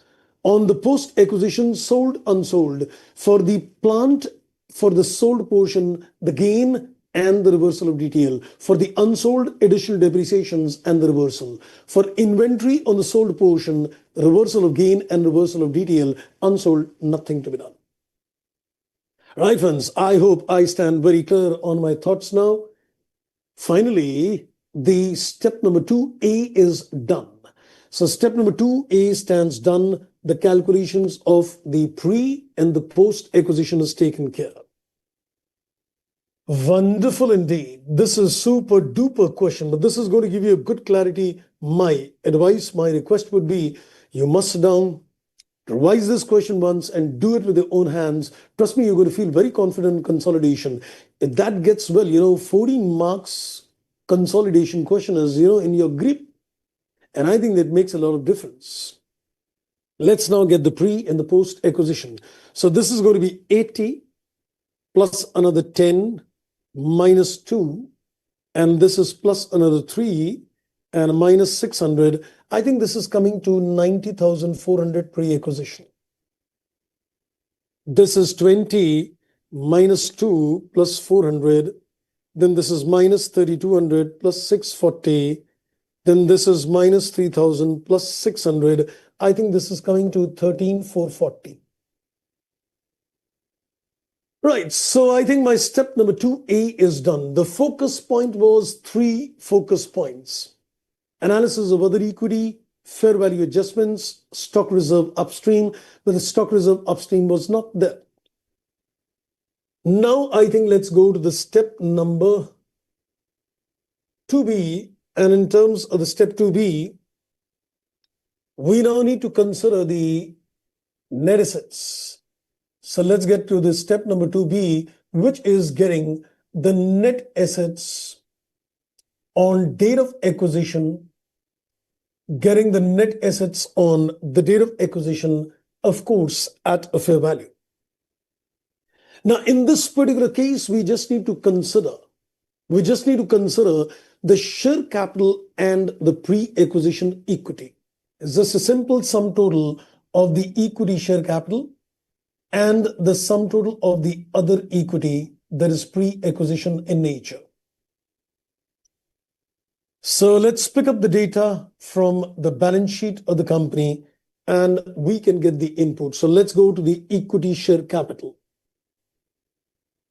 So the equity share capital is supposed to be 1 lakh. So this is going to be 1 lakh. And I think the pre-acquisition equity is what we have calculated. 90,400 is the pre-acquisition equity. So I think this gives me the total of 1,90,400. That is supposed to be the step number 2B, the net assets on the date of acquisition. Now we come to the step number 3, which we have practically done, because in the initial start, we had done the calculations of the investment. So I think step number 3 doesn't need efforts. The purchase consideration. So you can see the start of the question. You can see the start of the question, and that gives you the investment value. So I think I'll go back to the investments. So this was appearing at 231,349. So 231,349. So this is 231,349. That is the purchase consideration, investment in a subsidiary. Now comes the step number 4 and the step number 5. Step number 4 is in terms of NCI. And what are the focus points in terms of NCI? The focus points in terms of NCI is number 1, looking at the post-acquisition changes. Number 2, looking at the goodwill impairment. Since the NCI is at a fair value, so we need to consider the goodwill impairment share as well. Let's go to the step number 4. So we go to the step number 4 in this case, and that is the calculation of the NCI. So we know that we have the NCI on date of acquisition, and that is at a fair value. As per the instructions in the question, this is to be taken at a fair value. Let's, I think, go back on the data in the question to see the fair value. It says it is the group policy to value the NCI on the date of acquisitions at a fair value. And the market value of the equity share is supposed to be $2 on 1st April X0. So I think the total number of shares in the subsidiary company was 1 lakh. And 20% of that, no, not 20, 25% of that is held with the NCI, and each share is worth $2. So let's do the calculations. So we can say out of a total of 1 lakh share, 25% belongs to the NCI, and the fair value of the share is supposed to be 2. So this comes to 25,000 into 2, that works out at 50,000. And to this, we will add the share in post-acquisition profits. To this, we add the share in the post-acquisition profits. And I think on the post-acquisition profits, we have done this in the analysis. That's appearing at 13,440 is the post-acquisition share. So out of this 13,440, 25% belongs to the NCI. So post-acquisition 25% would mean 3,360. And I think the only other information to be taken is the impairment of goodwill in this case, because NCI is at a fair value. So let's make a reduction. That is goodwill impairment. So we'll give the share of the goodwill impairment to the NCI. So for goodwill impairment, we get back to the question. And it says out here, the directors of Alpha identified the goodwill is impaired by 13 million. 13 million would mean 13,000. So goodwill impairment is 13,000 into 25% is the share of the NCI. That works out at 3250. So I think based on this, we can get the NCI figure as well. NCI is not a very typical and very difficult kind of situation to work upon. So 50,000 plus 3360 minus 3250, this is coming to 50110. Wow. Now comes the input, and that is on step number 5. The rest of the steps are not very critical. I think the main thing was, making an extract balance sheet. I think the main thing was looking at the analysis of other equity, step number 2A. Then I think the things automatically flow. So, by the way, do you think that the question is really very tough indeed? Yes, it is a bit tough, but do you think it's too hard to handle? Considering, the omissions, if you apply a logical mind, considering the deferred tax implication, it's not that bad. Any comments on that? So that DTL portion requires consideration, Yes, reversal and that part. correct. But I think if you systematically go with the sold, unsold breakups and all, I think it's not that bad. Once you get the FANG, it's going to be easy. Okay, let's now go to the next one. That is step number 5, which is on the goodwill calculations. Now, when you do the goodwill calculations, in this case, the focus point is that we need to consider on the goodwill, the impairment of goodwill. So let's, I think, make the formatting. So we take the purchase consideration. To this, we add the NCI, and then we reduce the net assets with which we are going to get the goodwill. And then we reduce the impairment amount to get the revised goodwill. So less the impairment. And we're going to get the revised value of goodwill in this case. So this is just organizing the inputs which we have already taken. PC, we just took this in step 3, 231,349. So this is 231,349. 231,349, correct. NCI would be on the date of acquisition, and that's 50,000. So this works out at 281,349. And net assets, we need to go back to step number 2B to get the net assets. Step number 2B, we need the net assets of the company. And this is step number 2B. That works out at 190,400. So 190,400 is the net assets. So we get the figure of goodwill. So 281,349 minus 190,400, it comes to 90,949. And now tell me, how much impairment loss are you going to reduce? Are you going to reduce 75% of 13,000, or are you going to reduce the entire impairment? 75% or the full impairment? Yes, that's right, the entire impairment, because right now we need the revised figure of goodwill. So that comes to 77,949. Wow, the step number 5 is now done. Now, before you go to the step number 6 in this particular case, we need to add another step. Because if you remember, when it is a case of an associate, I told you can add a step number 5A so that you can get the investments in the associate. So let's add a step number 5A at this stage. Step number 5A would be on account of investments in associate. So this is the investment in the associate company. So here again, the focus is now on the equity method of consolidation, because when you're applying this, there is equity method. Now, in this particular case, when you apply the equity method, the entire profits of the associate is post-acquisition in nature. So I think we can take care of that. So let's take what is the value of investment as a base. I think that we had already calculated at the very start. If I rightly remember, I think it was 32,000. That was the investment in the associate, which we segregated at the very start when we were finding out the other investments.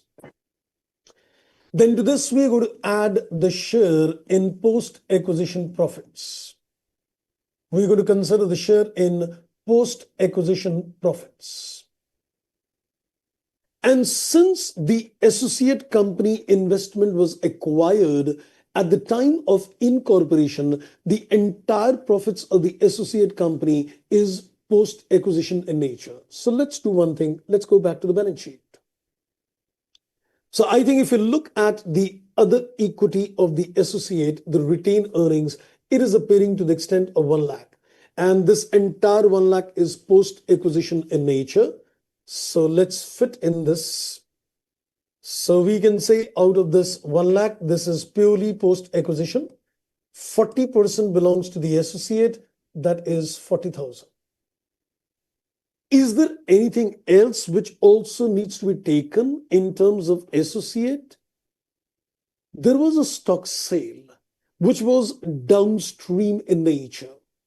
Can I say that needs to be reduced from the investment value as also from the other equity retained earnings? So I think least we forget, we also need to consider the stock reserve adjustment, which is supposed to be downstream in this particular case. So let's get back to the additional information on the stock sale. Now, on the stock sale, I am given, it says in the note number 4, inventories of beta and gamma included the components purchased from alpha at a cost of 15 million to beta and 12.5 million to gamma. It's a cost to the concerned company. Now, cost to the purchaser is the selling price, because this is the cost to beta and this is the cost to the company gamma. So this is the selling price. So associate company purchased this at 12.5 million. There is a profit which is markup of 25%, 1/4 on cost, 1/5 on sale. And now it says ignore deferred tax implication. Now we need to be very careful when you consider the stock reserve on the associate company. Because in terms of the associate company, when you consider a stock reserve, you need to consider the share of the investor. In a subsidiary case, the stock reserve is eliminated at a full value. But in terms of associate, the stock reserve gets eliminated only to the extent of share of the investor. So be careful with this. So we can say 12.5 million, that's 12,500. So we can say on the stock reserve, this is going to be 12,500. So we can say 1/5 is the profit element, and we need to eliminate 40% of the stock reserve, the share of the investor in the associate. So 12,500, 1/5 into 40%, that works out at 1,000. I think that's it. Nothing else is given. So we can get the investment 32 plus 40 minus 1. That makes it 71,000 is the investment value. So that is on the step number 5A.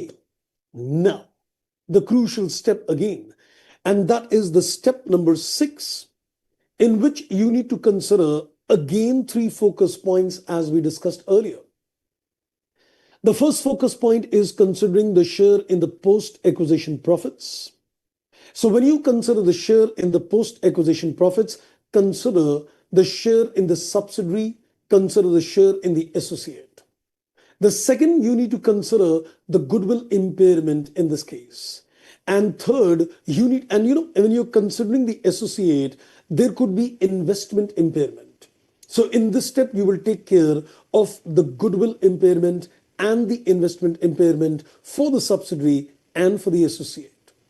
And then the focus point number 3 would be in terms of the stock reserve, which is upstream for the subsidiary, but down and up both for the associate. So let me do one thing. Let me just, I think, create a pattern of calculation. Step number 6. So for the consolidated balance sheet, we're looking at the other equity. Basically, we're looking at the calculations of the retained earnings. So let's first of all pen down the thoughts in terms of all the inputs which needs to be taken care. So I think in this case, let me first make a list of all the items. So we can say we will take the holding company's own retained earnings. And when you take the holding company's own retained earnings, you'll have to take this from the extract balance sheet, because we made an extract balance sheet. So we need to take the information from the extract balance sheet in that case. So I think let me go back to the extract balance sheet and get the information. I think this is appearing at 18,920. So this is appearing at 18,920. So this comes to 18,920. Now the focus point number 1 is we add the share in post-acquisition profits. We add the share in the post-acquisition profits. We'll add 2 shares. One is the share in the subsidiary company and one is the share in the associate company.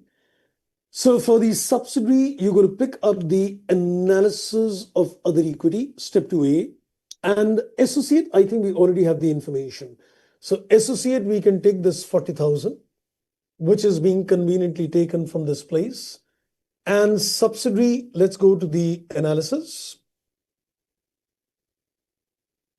So the post-acquisition is 13,440. And out of this, I think 75% belongs to the investor. So this is going to be 13,440 into 75%. That is post-acquisition. 13,440, 75% would mean 10080. So this is one focus point, taking the share in the post-acquisition profits in the subsidiary, in the associate. Then the next input is we need to reduce the goodwill impairment. And here we will consider only the parent share. The goodwill was impaired by 13,000. We need to take 75% only. So 75% of goodwill impairment is 9,750. Second focus point is done. Then the third focus point is on the stock reserve. This will also be for the subsidiary company as well as for the associate company. And I think that's it. Nothing else is there further. Now, for the subsidiary company and associate, let's come back. Associate, we've already calculated. I think we need for the subsidiary company, the stock reserve. Inventory of beta is including that 15 million and the profit is 1/5. So this is going to be 1/5. So we can say 15 million. This is going to be 15 million. That means 15,000 into 1/5. That works out at 3,000. And for the associate, we've already calculated it is 1,000. I think that's it. So we can now comfortably get the consolidated other equity as well. Let's see. This is 18,920 plus 10080 plus 40,000 minus 9,750 minus 3 and minus 1,000. I think it's coming to 55,250, is it? I think for the RE, the figure of RE was 281. I think there's some difference in the RE. RE, I think, is not correct. RE, I think I took a wrong figure. This was not 281. It's not 28,167. It is 288. I think, let me just show the figures again. So I just, noticed on the RE, the figure on the RE was 281167. So 281167. So let's just rectify this. This is 2811. So this is 281167. Let's get the rectified retained earnings. So 281167 minus 6198 minus 3049. This is 271,920. So please rectify the figures on the retained earnings at the very start. Okay. So 271,920. So let me fit this out here. This is 271,920. 271,920. Now let's do the plus and minus and get the data. Okay, the question is still not complete. We are required to make the consolidated balance sheet as well. But I think the marathon, the main part is done. So 279,120 plus 10080 plus 40,000 minus 9750 minus the stock reserve. This is, I think, coming to 308250. Super. So far, so good. So I think my 6 steps gets done at this stage. Now it's time to make the consolidated balance sheet as well. So you want me to make the balance sheet first and then give you a break, or I think first give you a break? You can also make the consolidated balance sheet as well. Balance sheet first. Okay, so I think let's make the balance sheet as well. Now we're going to make the consolidated balance sheet. And for this, we need to consider there is going to be a line-to-line consolidation for the subsidiary, but there is going to be a one-line consolidation for the associate. So no aggregation of assets, liabilities for the associate company. So we go to the step number 7. And this is making a consolidated balance sheet. So I think I'll perhaps pick up the figures consecutively. I think I'll just add them up. Okay, but I think we should make columns. Let's make some good columns.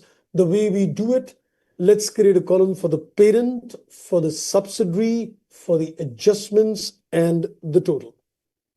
So particulars, one column for the holding company, one column for the subsidiary, one column for the adjustments, and then we get a total column as well. Okay, so I think we now need to keep making a switch over. A lot of data to be taken. So let's, I think, consider PPE. This is 267 and 190. This is going to be PPE 267 and this is 190. And please remember, when you take the PPE, do not take the fair value increase net of deferred tax. Take the gross figure. The detail is got impact on the detailed data, not out here. So what was the fair value gain? I think if I remember, it was 10,000. And what was the additional depreciations? So we need to go back to the analysis to see the data. So in this case, the fair value change was 10 and the additional depreciation was 3,200. So this was 3,200 was the additional depreciation. And then there was a reversal of profit to the extent of 2 as well. Right. So we've taken 3 impacts. One is the profit on sale, the reversal on profit on sale. Sorry, this is minus 2. So there is a reduction on 2,000 as well. So 267 plus 190 plus 10,000 minus 2,000 minus 3,200. I think this works out at 461,800. Next, we are given the investments. We just need the investments in the associate. So we'll just take care of the investment in the associate company. I think that was 71,000 in step number 5A. Least we forget, let's take the goodwill. So goodwill we had calculated was 77,949. 77,949. I think that takes care of the investments and the goodwill as well. And I think that's it on the non-current asset side. Then inventories 85 and 50. So we've got inventories that is 85 and that is 50. We just need to take care of the stock reserve for the subsidiary company. That is 3,000. That would be a reduction. So 85 plus 50 minus 3, that comes to 132. So that is on the inventory part. Trade receivable is 75 and 45. Trade receivable is 75 as well as 45. There is no intercompany owing, so this is 120. No intercompany owings in this case, so directly taken as 120. Next, we're given the cash and cash equivalents is 15 and 10. So we've got the cash and the cash equivalents, that is 15 as well as 10. So that works out at 25. I guess that's it on the asset side of the balance sheet. So we can get the total of the asset side as well. So this is 461,871, 77,949, 132, 120, and 25. This is coming to, I think, 887,749. That is the total of the asset side of the balance sheet. Now, let's go to the liability side further. So the same formatting continues. One column for the holding, one column for the subsidiary, one is for the adjustments and the total. So this is the parent company, this is the subsidiary company, that's the adjustments and the total. So this is the equity and the liability section. So let's pick up the information out here. Now there is a lot of deferred tax calculations to be taken care as well. So share capital will be only for the parent company, that's 195. But I think there was shares and all is taken, yes, nothing in the extract balance sheet, that's 195. Then next in the balance sheet is RE. RE, you've done the calculations in step number 6. So retained earnings goes in step number 6, 308,250. So this is going to be 308,250. And I think least we forget, we need to consider the NCI as well. So let's go to the NCI in the previous calculations. NCI is 50110. 50110. So I think the equity is done. Now let's go to the liabilities. So DC will now go and shift to the current liabilities. Long-term borrowings, I think we made rectifications. So long-term borrowings in the extract balance sheet, if I rightly remember, was 63049. Let me just check. Extract balance sheet. So this was 63049, that's right. So this is the long-term borrowings. And the long-term borrowings is 45,000 for the subsidiary. So 63049 plus 45, that makes it 108049. 108049. So I think this is done. Then there is deferred tax. A lot of inputs on the deferred tax now. So we've got a DTL. So my existing deferred tax is 21199. So this is 21199. This is 10,000. then there are a lot of deferred tax inputs. I think then there are a lot of deferred tax inputs to be seen. Yes, this is done. Now, on the deferred tax, you need to go back to the step number 2A, look at all the deferred tax implications one by one. So I think if I right to remember, there was a deferred tax of 2000, and then there was a reversal of a deferred tax that was, I think, 400 and 640. And then there was a creation of a deferred tax on stock. How much was the deferred tax on stock? If somebody remembers. This was on the plant. I guess let's go back to the step number 2A to see the deferred tax inputs in this case. Yes, 2000 is done, 400 and 640. And for the inventory, it was 600. So on the inventory, it is 600. So we created a deferred tax, then reversed a deferred tax. So 21199, 10,000, and then plus 2000 minus 400 minus 640. This is, I think, 32,159. Okay, so I think the non-current liabilities are done. Then let's go to the current liabilities. So current liabilities, I think we need to take DC as well. We'll take care of DC, but we've got trades payable and short-term borrowings. So trades payable, short-term borrowings, and we can take care of DC. So trades payable, we've got 70 and 30. So trades payable is 70 and it's 30. No intercompanies, that comes to 1 lakh. Then short-term borrowings is going to be 16 and 10. Short-term borrowings is 16 as well as 10. That makes it 26.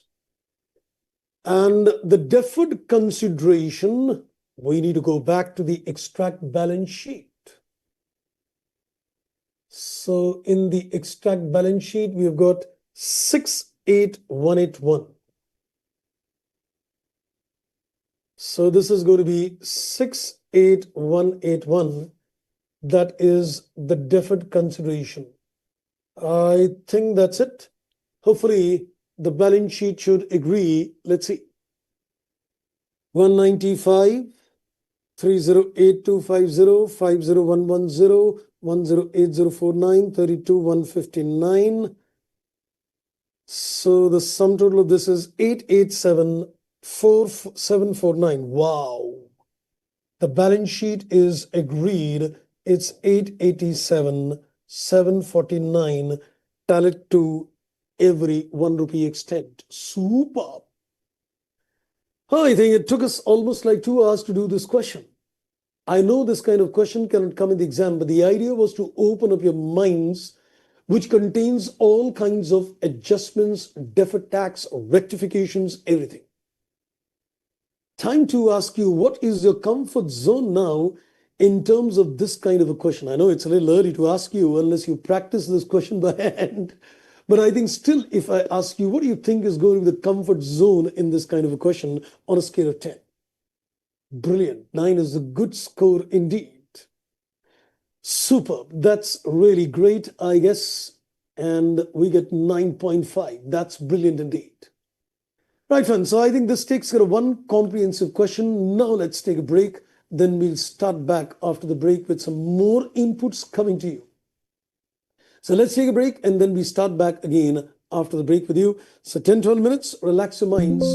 Something lighter, not that heavier indeed. Enjoy your break. Thank you.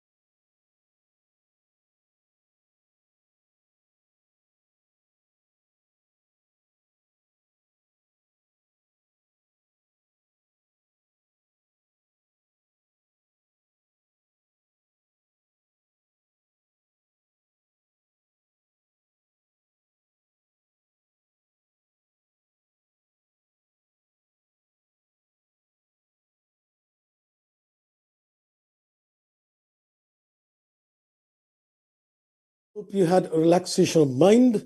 Now I think let's take the journey forward.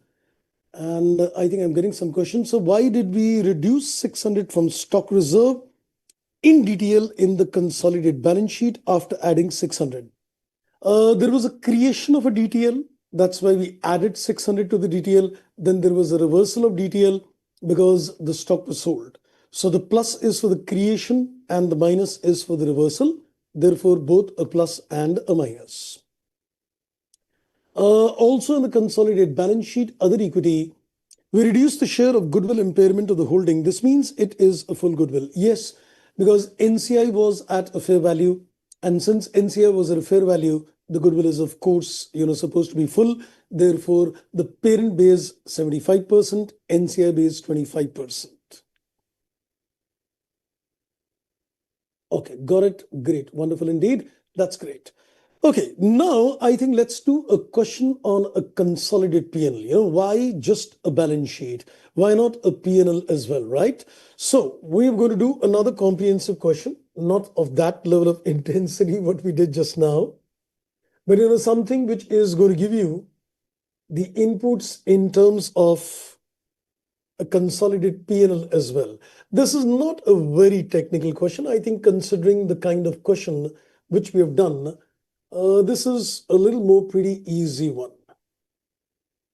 I hope the question is visible. Now we're doing a question on a consolidated profit and loss.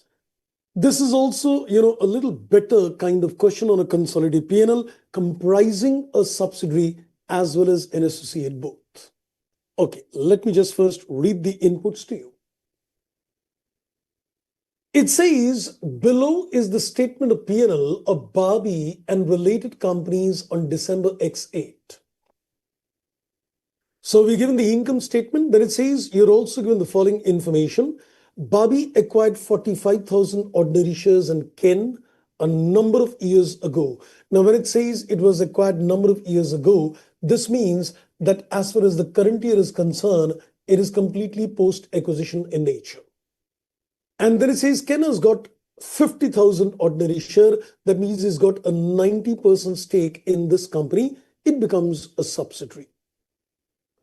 Then he says Barbie acquired 60,000 ordinary shares in Alice a number of years ago. When it says number of years, that again means the current year is undoubtedly post-acquisition in nature. And the company has got 2 lakh share, which means he's got a 30% stake. So we can see that he's got 2 companies. One is investment in a subsidiary and one is investment in an associate company. Then he says during the current year, Alice sold goods to Barbie for 28,000. Is that upstream or is that downstream in nature? Alice is supposed to be the associate and the associate made a sale to the Upstream. That's right. It is upstream in nature. And Barbie still has some unsold goods in the inventory at the end of the year, and the profit element included is given 2,000. The non-controlling interest is valued using a fair value method, which means goodwill is going to be full. Goodwill and the investment in associate were impaired for the first time during the year. Goodwill is impaired by 3,000 and investment is impaired by 2,000. Impairment of the goodwill should be taken as a part of the operating expense.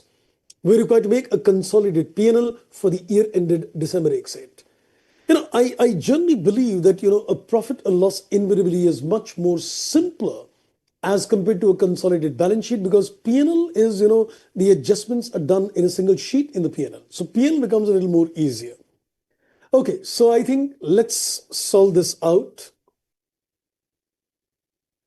So let me solve the solution. Let's first make the format for the consolidated P&L before we go ahead. So let's make a consolidated P&L. Now here again, when you're consolidating the profit and loss account, the subsidiary is going to be consolidated line to line, but associate is going to be a one-line consolidation. So no consolidation line to line for the associate. So we'll take a column for the parent company, one column for the subsidiary, one is for the adjustments and the total. The technique remains the same. So consolidate profit and loss. So one column for the holding, then for the subsidiary, then for the adjustments, and then the total. So I think we'll just quickly go through the main key points of the question before we start triggering this particular question to get the fundas clear. So I think the point 1 and 2 is just giving you the percentages. I think point 3 is on upstream stock reserve and point 5 is on the goodwill and investment impairment. So nothing much, a stock reserve and a goodwill impairment. Okay, so I think let's begin with revenue. So this is 385 and 100. So we consider the revenue.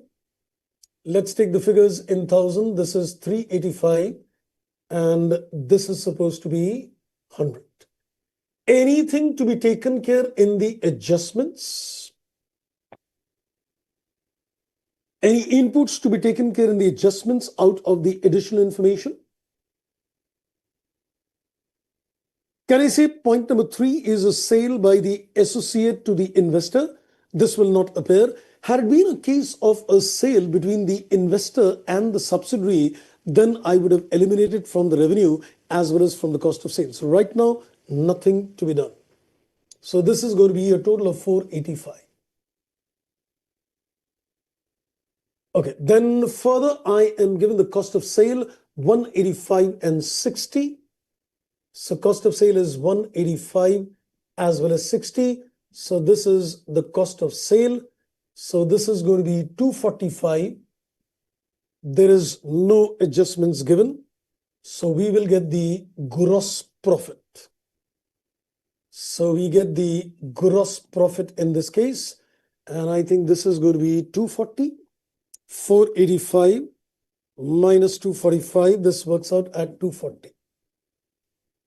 Right. So far so good. Nothing is there. And then we are given the operating expense that is 50 and 15. So we've got operating expenses. So I think there is an adjustment pertaining to the operating expense in point number 5. But I think first let's take 50 and 15. That is the operating expense.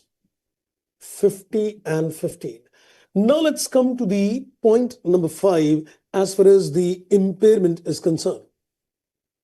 The goodwill is impaired by 3 and the investment is impaired by 2. Investments will be taken later, but goodwill impairment of 3 will be taken out here. So this is going to be 50 plus 15 plus 3. That makes it 68. So I think this gives me the input on this. So I think we can get the operating profit, and since there is no investment income, let's call it as a, and there is no interest expense, let me directly call it as a PBT. So this becomes a profit before tax. So this gives me the PBT, that's profit before tax. So this works out at 172. And then let's see further. So kept it simple, I didn't want to complicate the PL question. Okay, then I guess we are given the taxes, but before the taxes, we can take it. So let's first take the taxes. Taxes is 50 and 12. So we given the taxes is 50 as well as 12. That makes it 62. So this is going to be profit after tax.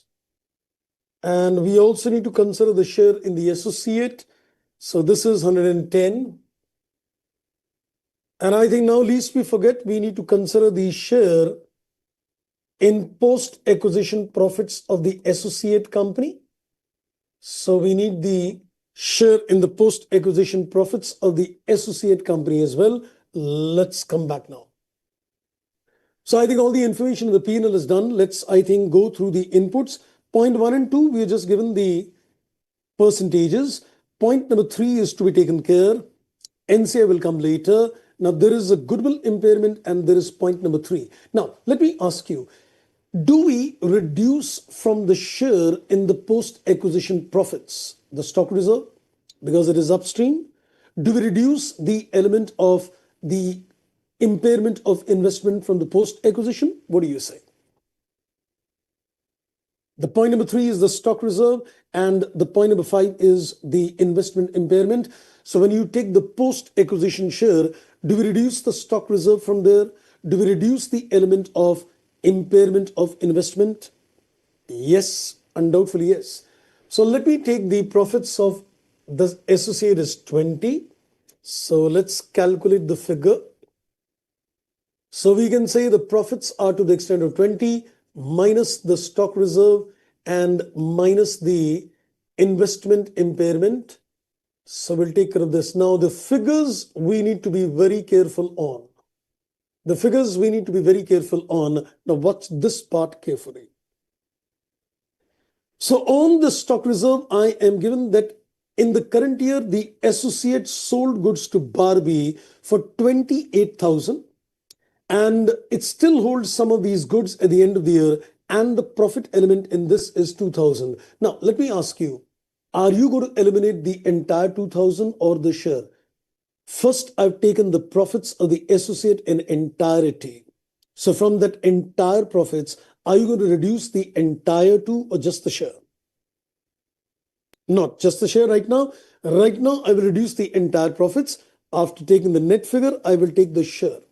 So let me just come back. So what I'm going to do from this, we'll reduce this to get 18 and get the 30% stake in this company.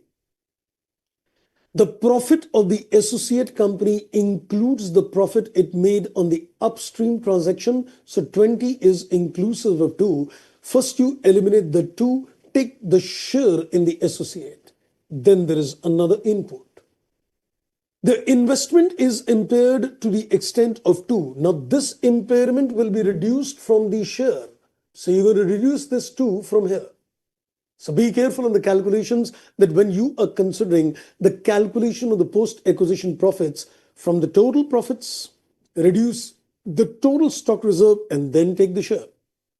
And then you need to reduce the investment figure, the impairment entirely, because that investment impairment is the share of the parent itself. So let's work out what is the data. This is going to be 18 into 30% minus 2. I think this comes to 3.4. So we fit this 3.4 out here. So this works out at a total of 113.4. But now we need to split this profit between the parent and the NCI. So the next inputs to be done. The next input is we've got the profit after tax, which is 113.4. And this is to be divided. So we take the profits, which is attributable. We take the profits, which is attributable to the parent company as well as to the NCI. And now I think the question comes back again. When you consider the share in the share of NCI, are you going to consider the reported profits of the subsidiary or the rectified profits of the subsidiary?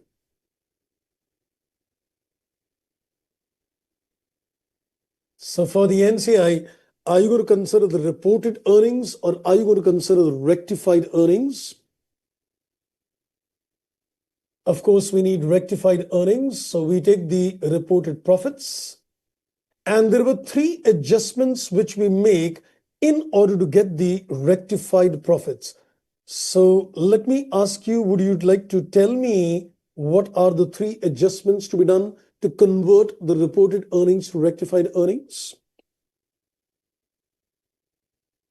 Right, I think I got the answer, rectified. That's great. So what are the 3 adjustments? Number 1, we need to consider the additional depreciations. Number 2, we need to consider the stock reserve, which is upstream in nature. And number 3, we need to consider the goodwill impairment if the NCI is at a fair value. So let's consider the reported earnings. The reported earnings of the subsidiary is 13. And I think we'll first take care of the stock reserve. There is no stock reserve as far as the subsidiary is concerned. Then we take care of the additional depreciation. There is no additional depreciation as well. And then there is supposed to be a goodwill impairment. And I think goodwill impairment is given to us. The goodwill impairment was to the extent of 3 and NCI is at a fair value. So this is going to be 10. So the rectified earnings is supposed to be 10, and out of this 10, I think 10% belongs to the NCI, that is 1. So the balancing figure 112.4, that belongs to the parent company. Super. So I think this is pretty simple and straight. Didn't want to complicate the profit and loss question. So I think that takes care of the consolidated P&L. Simple, because I think considering the kind of questions I've seen on the consolidated P&L, the exams are not very heavy in nature. So I thought, let's not do very complicated in that. Though just like a balance sheet, even P&L questions can get very interesting indeed. With a subsidiary and associate and some more comprehensive adjustments, even the case of, let's say, a deferred consideration where there is an omission in terms of unwinding, so, and maybe rectifications of financial instruments and all, that can be there, but intentionally didn't take all that. Okay, now there was a little pending issue, which I had to do. And if you remember, when I finished with Index 111, I didn't start off that early in the morning because I wanted to do a little bigger question with a fresh mind. But there was one particular question, which I had to take care of. And that was in terms of that once the joint operation, you classify a joint arrangement as a case of a joint operation, then I just gave you that there is a proportionate consolidation, but I did not do a question on that area. So I'm now going to come back to Index 111, consider that particular question, and let's go to the study material for this purpose. So I'm just going to share the input in the study material on this.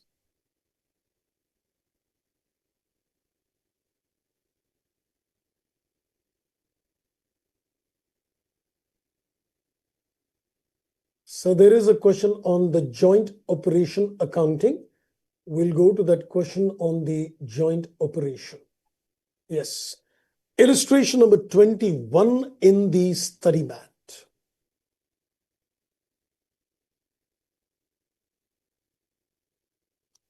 There are basically two illustrations, 21 as well as 22.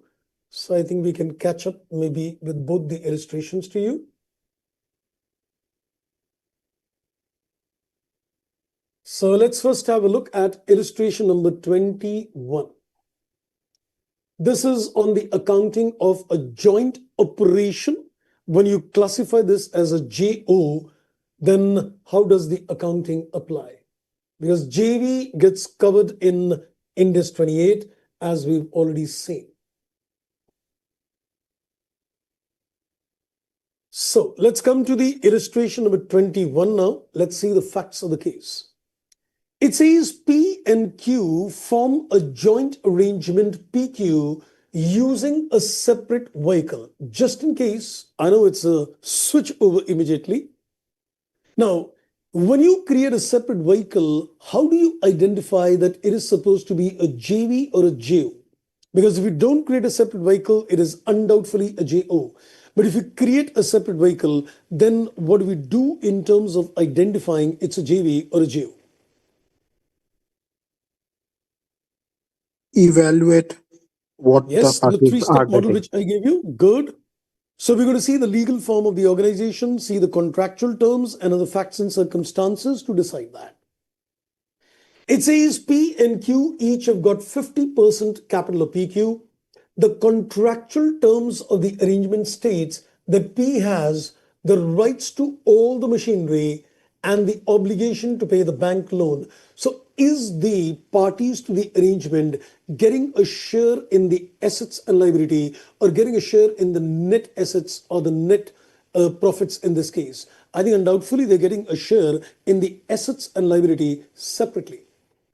P and Q have right to all other assets and all other liabilities in the proportion of capital.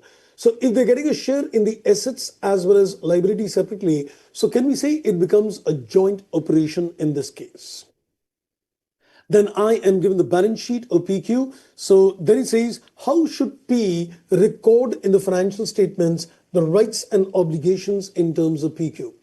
Now, if you recall, I'd given you the inputs that when PQ, when the one of the parties to the arrangement is going to make either a separate financial statements or a consolidated financial statements, irrespective, the treatment is common. We indirectly call this as a proportionate consolidation method. He will take his own assets, he will take his own liability, income and expense, but add the share in the joint operation asset, liability, income and expense. So I think let's now look at the inputs, nothing much to compute. So P should record in its financial statements the right to the assets and the obligations for the liability. So I think if you just look at the data, he gets the share in all the machinery and the obligation to pay the bank loan. So he gets the entire machinery and he gets the entire bank loan. So 250 and 75 is what he gets entirely. That's what he gets entirely. But for the rest of the assets and liability, it says he's going to get a proportion 50%. So you can say he gets a 50% on the cash, he gets a 50% on the other loans, and he's got a 50% of the capital. So in this case, 50% of the cash, 50% capital, and 50% of the loan. So when he does the consolidation, he would just aggregate his own assets and the share, his own liability and the share, his own income and the share, his own expense and the share. As simple as that. Okay, now let's go further on this. Then it says, illustration 22, AB and BC have established a joint arrangement through a separate vehicle PQR. And that again requires the evaluation of the three-step model to decide whether it's a JO or it's a JV. It says the legal form of the separate vehicle does not confer the separation between the parties and the separate vehicle itself. What does this indicate? It's a JV or a JO. There is no separate legal entity concept which gets established. So JV or a JO. And that's right, it becomes a joint operation looking at the legal form. Then he says both the parties have right to the assets and the obligations for the liability, as neither the contractual terms nor the facts and circumstances indicate, it is concluded that it is a joint operation and not a joint venture. So applying the three-step model, now you can see in this case, which I said last time as well, because if there is a contradiction in step 1 and 2, I said 2 prevails over 1. If there's a contradiction in 3 and 1, 3 prevails over 1. But then I said, you must wondering that what is the role of the step number 1? If there is no data points on step 2, if there is no data points in step 3, then you can say the step number 1 becomes the decision making. So in this case, you can see there is no inputs on step 2 and 3, and therefore the legal form itself is deciding the inputs. Both parties have got a 50% equity interest in PQR. However, the contractual terms of the arrangement states that AB has got the right to building 1 owned by PQR and the obligation to pay all the debt owned by PQR. So he gets the entire building 1. So this entire building 1 goes to him.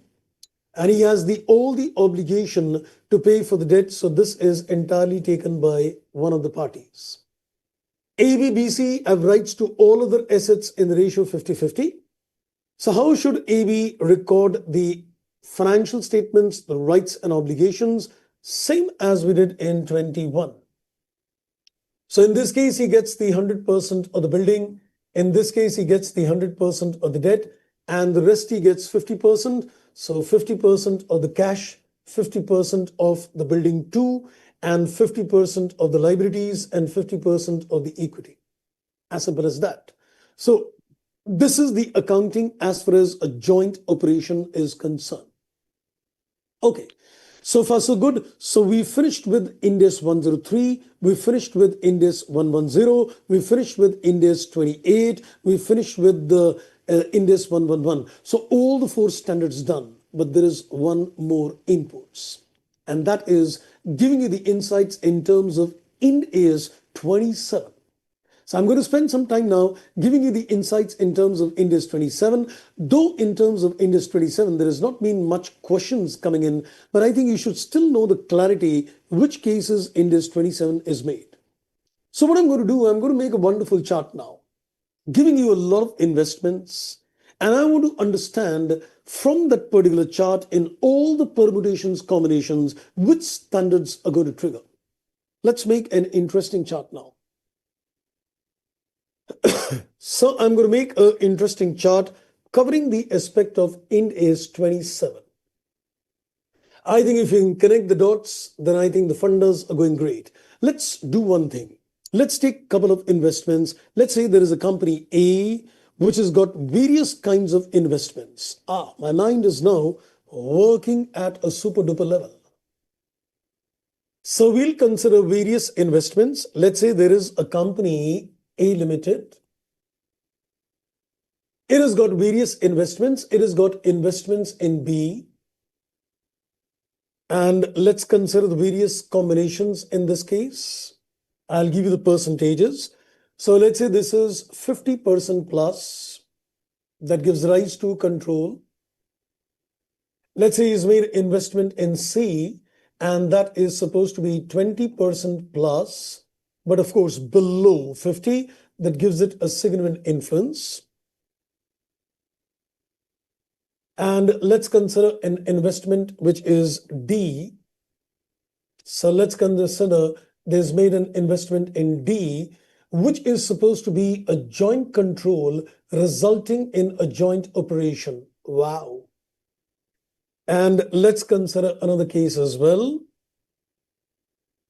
Let's consider he's got investments in E Limited, which is supposed to be a joint control resulting in a joint venture. And let's do one thing more. Let's split this in terms of two further datas. And this is supposed to be, you can say, a party to a joint control and a party which has got no joint control, that's missing. Wow. And then let's consider F Limited, and which is supposed to be less than 20. And when it is less than 20%, it becomes a case of a passive investment. Wow. So I think let me get the chain very clear in the back of your mind. So we've got investment in B, we've got investment in C. So this is subsidiary, this is associate, this is a joint operation, this is a joint venture with a joint control and party without a joint control, and that is a passive investment. Now I want to see all the inputs in terms of separate and consolidated financial statements, which standards will trigger. So get ready to give answers on that. If you can give the answers on this, then I think your funders are working great. So I want to look into the permutation combinations in terms of what standard would apply for the separate financials and what standard would apply for the consolidated financials. Let's begin the journey. So I think first of all, let me also pinpoint the standard number. So can I say in terms of B Limited, I'm looking at the consolidation. I'm looking at the consolidation standards. Okay, let's not mention that out here. I think we can take care of this later. Yes. Okay, let's first of all begin with B Limited. Tell me which standard will trigger in terms of separate financial statements. So which standard would you trigger when it is a separate financial statements? In this case, that's right. This is going to be Ind AS 27. And in terms of Ind AS 27, you get the choice to consider a cost or a fair value approach. And trust me, if you apply a fair value approach, you are indirectly applying Ind AS 109. You're indirectly applying Ind AS 109. I think I might not have mentioned that earlier, but I'm telling you now point blank. In terms of Ind AS 27, when you make a separate financial statements and you can choose a cost or a fair value approach, and if you use a fair value approach, you're indirectly applying the concept of Ind AS 109. Okay, let's go to the next one. Consolidated financial statements, which Ind AS would apply? And that's right, it's going to be 110. And in this particular case, can I say it's going to be a full consolidation technique? This is going to be a full consolidation technique. So the role of Ind AS 27 comes when you get a subsidiary that is a case of control. Okay.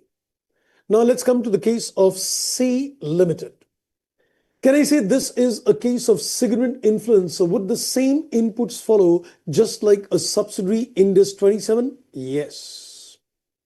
So here again, we would apply Ind AS 27 and you would consider the investment at a cost or a fair value. And when you use a fair value, it is supposed to be 109. Now, I just like to add another small inputs in this case, just to keep it, technically correct. If you use a cost model, in this case, it is subject to impairment testing. If you consider a cost model, it is subject to impairment testing under 109 or under 36, you tell me. If you consider this investment at a cost model, it is subject to impairment testing under which standard, 36 or 109? So which standard would apply if it is subject to impairment testing in this case, 36 or 109? Okay, I think I got the answer. That's absolutely correct. It is Ind AS 36. Because if you make investments in related parties, if you remember, they are not within the purview of 109. Equity investments in unrelated parties are covered under 109. Related parties are covered in 27, and the impairment is therefore not covered under 109.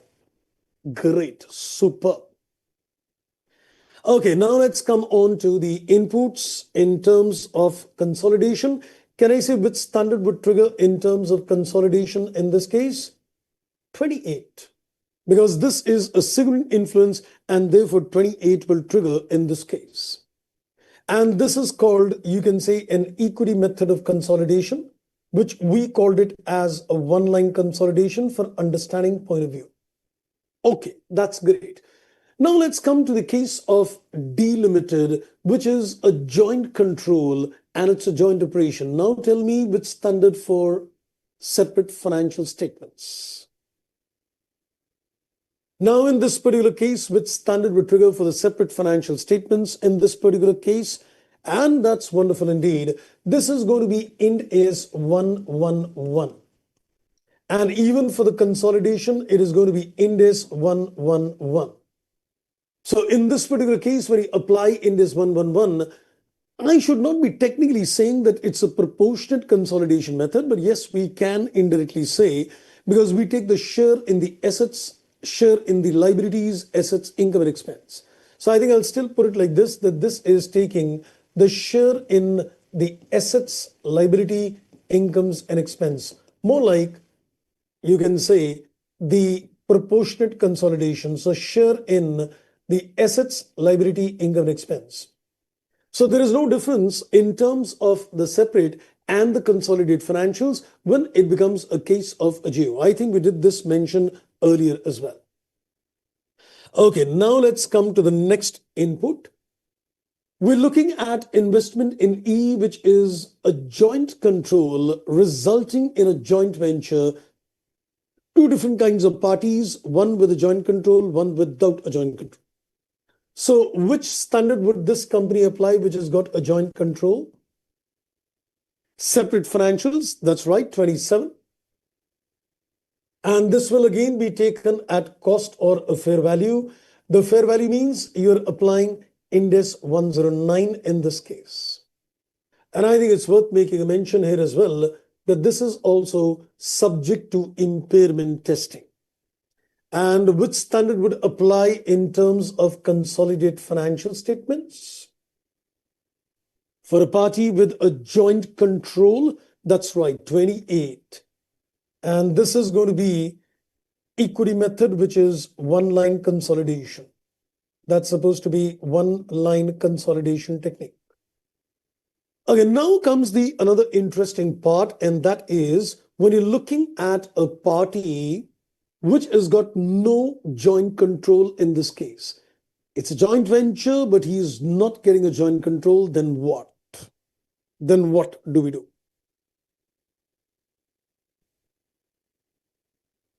Can I say we're going to put a question? Yes. 109. No, first we'll apply that there is a significant influence or not. Assessment. So we will see and make an assessment whether there is a significant influence or not. If you say yes, then answer is different. If you say no, then the answer is different. So if you say yes, there is a significant influence, then which standard would apply? 27. And if you say no, then it is 109. Then it is 109. By the way, if the investments are accounted at 109, will there be any impairment testing of those investments? If you cover the investments under 109, would there be any impairment testing in that case? No, that's right. So if your investment is covered under 109, there is no impairment testing because they are outside the purview of impairment testing. So there will be no impairment testing the moment you apply 109. I think we just attached that point as well. Okay, now let's come to the inputs in terms of the party, in this case with standard and in this case with standard. So it is Index 28 for the consolidation with standard. 28 again, I guess. So if you say significant influence, then it would be again Index 28 equity method. And in this particular case, can I say no consolidation would occur? Because if you've got no significant influence, the consolidation in that case would not occur. Okay, that's great. Now let's come to the last chain of inputs in this case. Sometimes I think that, if one gets a question, how beautiful the question would be if the company's got multiple investments. That's what happens in a practical life scenario. So you've got multiple investments, you've got a JV, you've got a JO, you've got an associate and a subsidiary, and you're required to make a consolidated balance sheet applying the inputs in terms of 110, 111, 28, and 109. Super. Okay, now let's come to the other case, F limited, where it is less than 20%. Then what? Which standards would trigger? 111? No. This is 20% less than 20, passive investment. So this is going to be 109, right? So this is going to be based on 109. And in terms of 109, you would either consider FPTPL or you will consider FPTOCI, that is NR, depending upon the parameters. I am now just thinking. For all those investments which are accounted under 109, will they also get the choice of FPTPL and FPTOCI? Because these are all related party investments which are definitely not held for trading. So ideally, as per 109, if you account these investments in 109, are we going to consider the choice of FPTPL and FPTOCI in these cases as well? Yes. So I think in all these cases, when you say it is supposed to be 109, I'm just putting an asterisk. In all those cases, when you say it is 109, so in all these cases, you can say you get a choice. You get a choice in these cases. Either it is FPTPL or you get FPTOCI, though I think ideally the company should be choosing an FPTOCI. Okay. And finally, let's get the inputs on this column. What about the consolidation for a passive investor? So what would be the consolidation for a passive investor? Are you going to consolidate for a passive investor? Of course not. So this is no consolidation. So this is how the coverage in terms of various investments will be taken care of. I hope that gives us a complete chain of thoughts, complete clarity of thoughts, how the different accountings are done. So I think this finishes our entire consolidation process. So now you've got clarities on various standards relating to consolidation. 103, then you can say 110, then 111, and then 28 as well as 27. So 27 though on separate, but rest all is on the consolidation. So once you revise, you should do all the questions which are there first in the study, then practice the questions from the RTPs and the past examination questions. Trust me, you're going to feel much more confident on consolidation. And that brings us to the end of a long journey on financial instruments and on the consolidation standards. Right, friends. So I think that's all from my side on the consolidation. So this was my last class on the consolidation with you. So that's all from my side. Over to you for any questions on your side. So thank you very much. Yes, we need to practice a lot. Yes, I know. The journey ends at my end, but the journey starts at your end. So kindly upload the assignments. Yes, I've done that. I think for to the previous session, the assignments are already uploaded. This one also will get uploaded right away after the class, so no worries on that.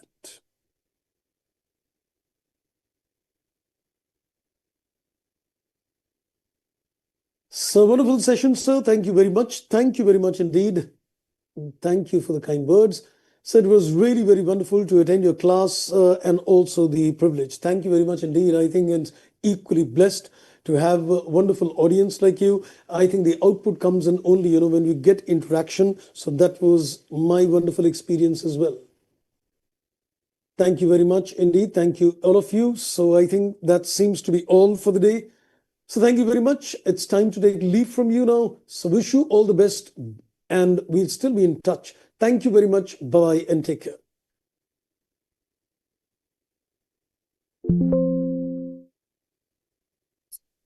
Hanji, thank you.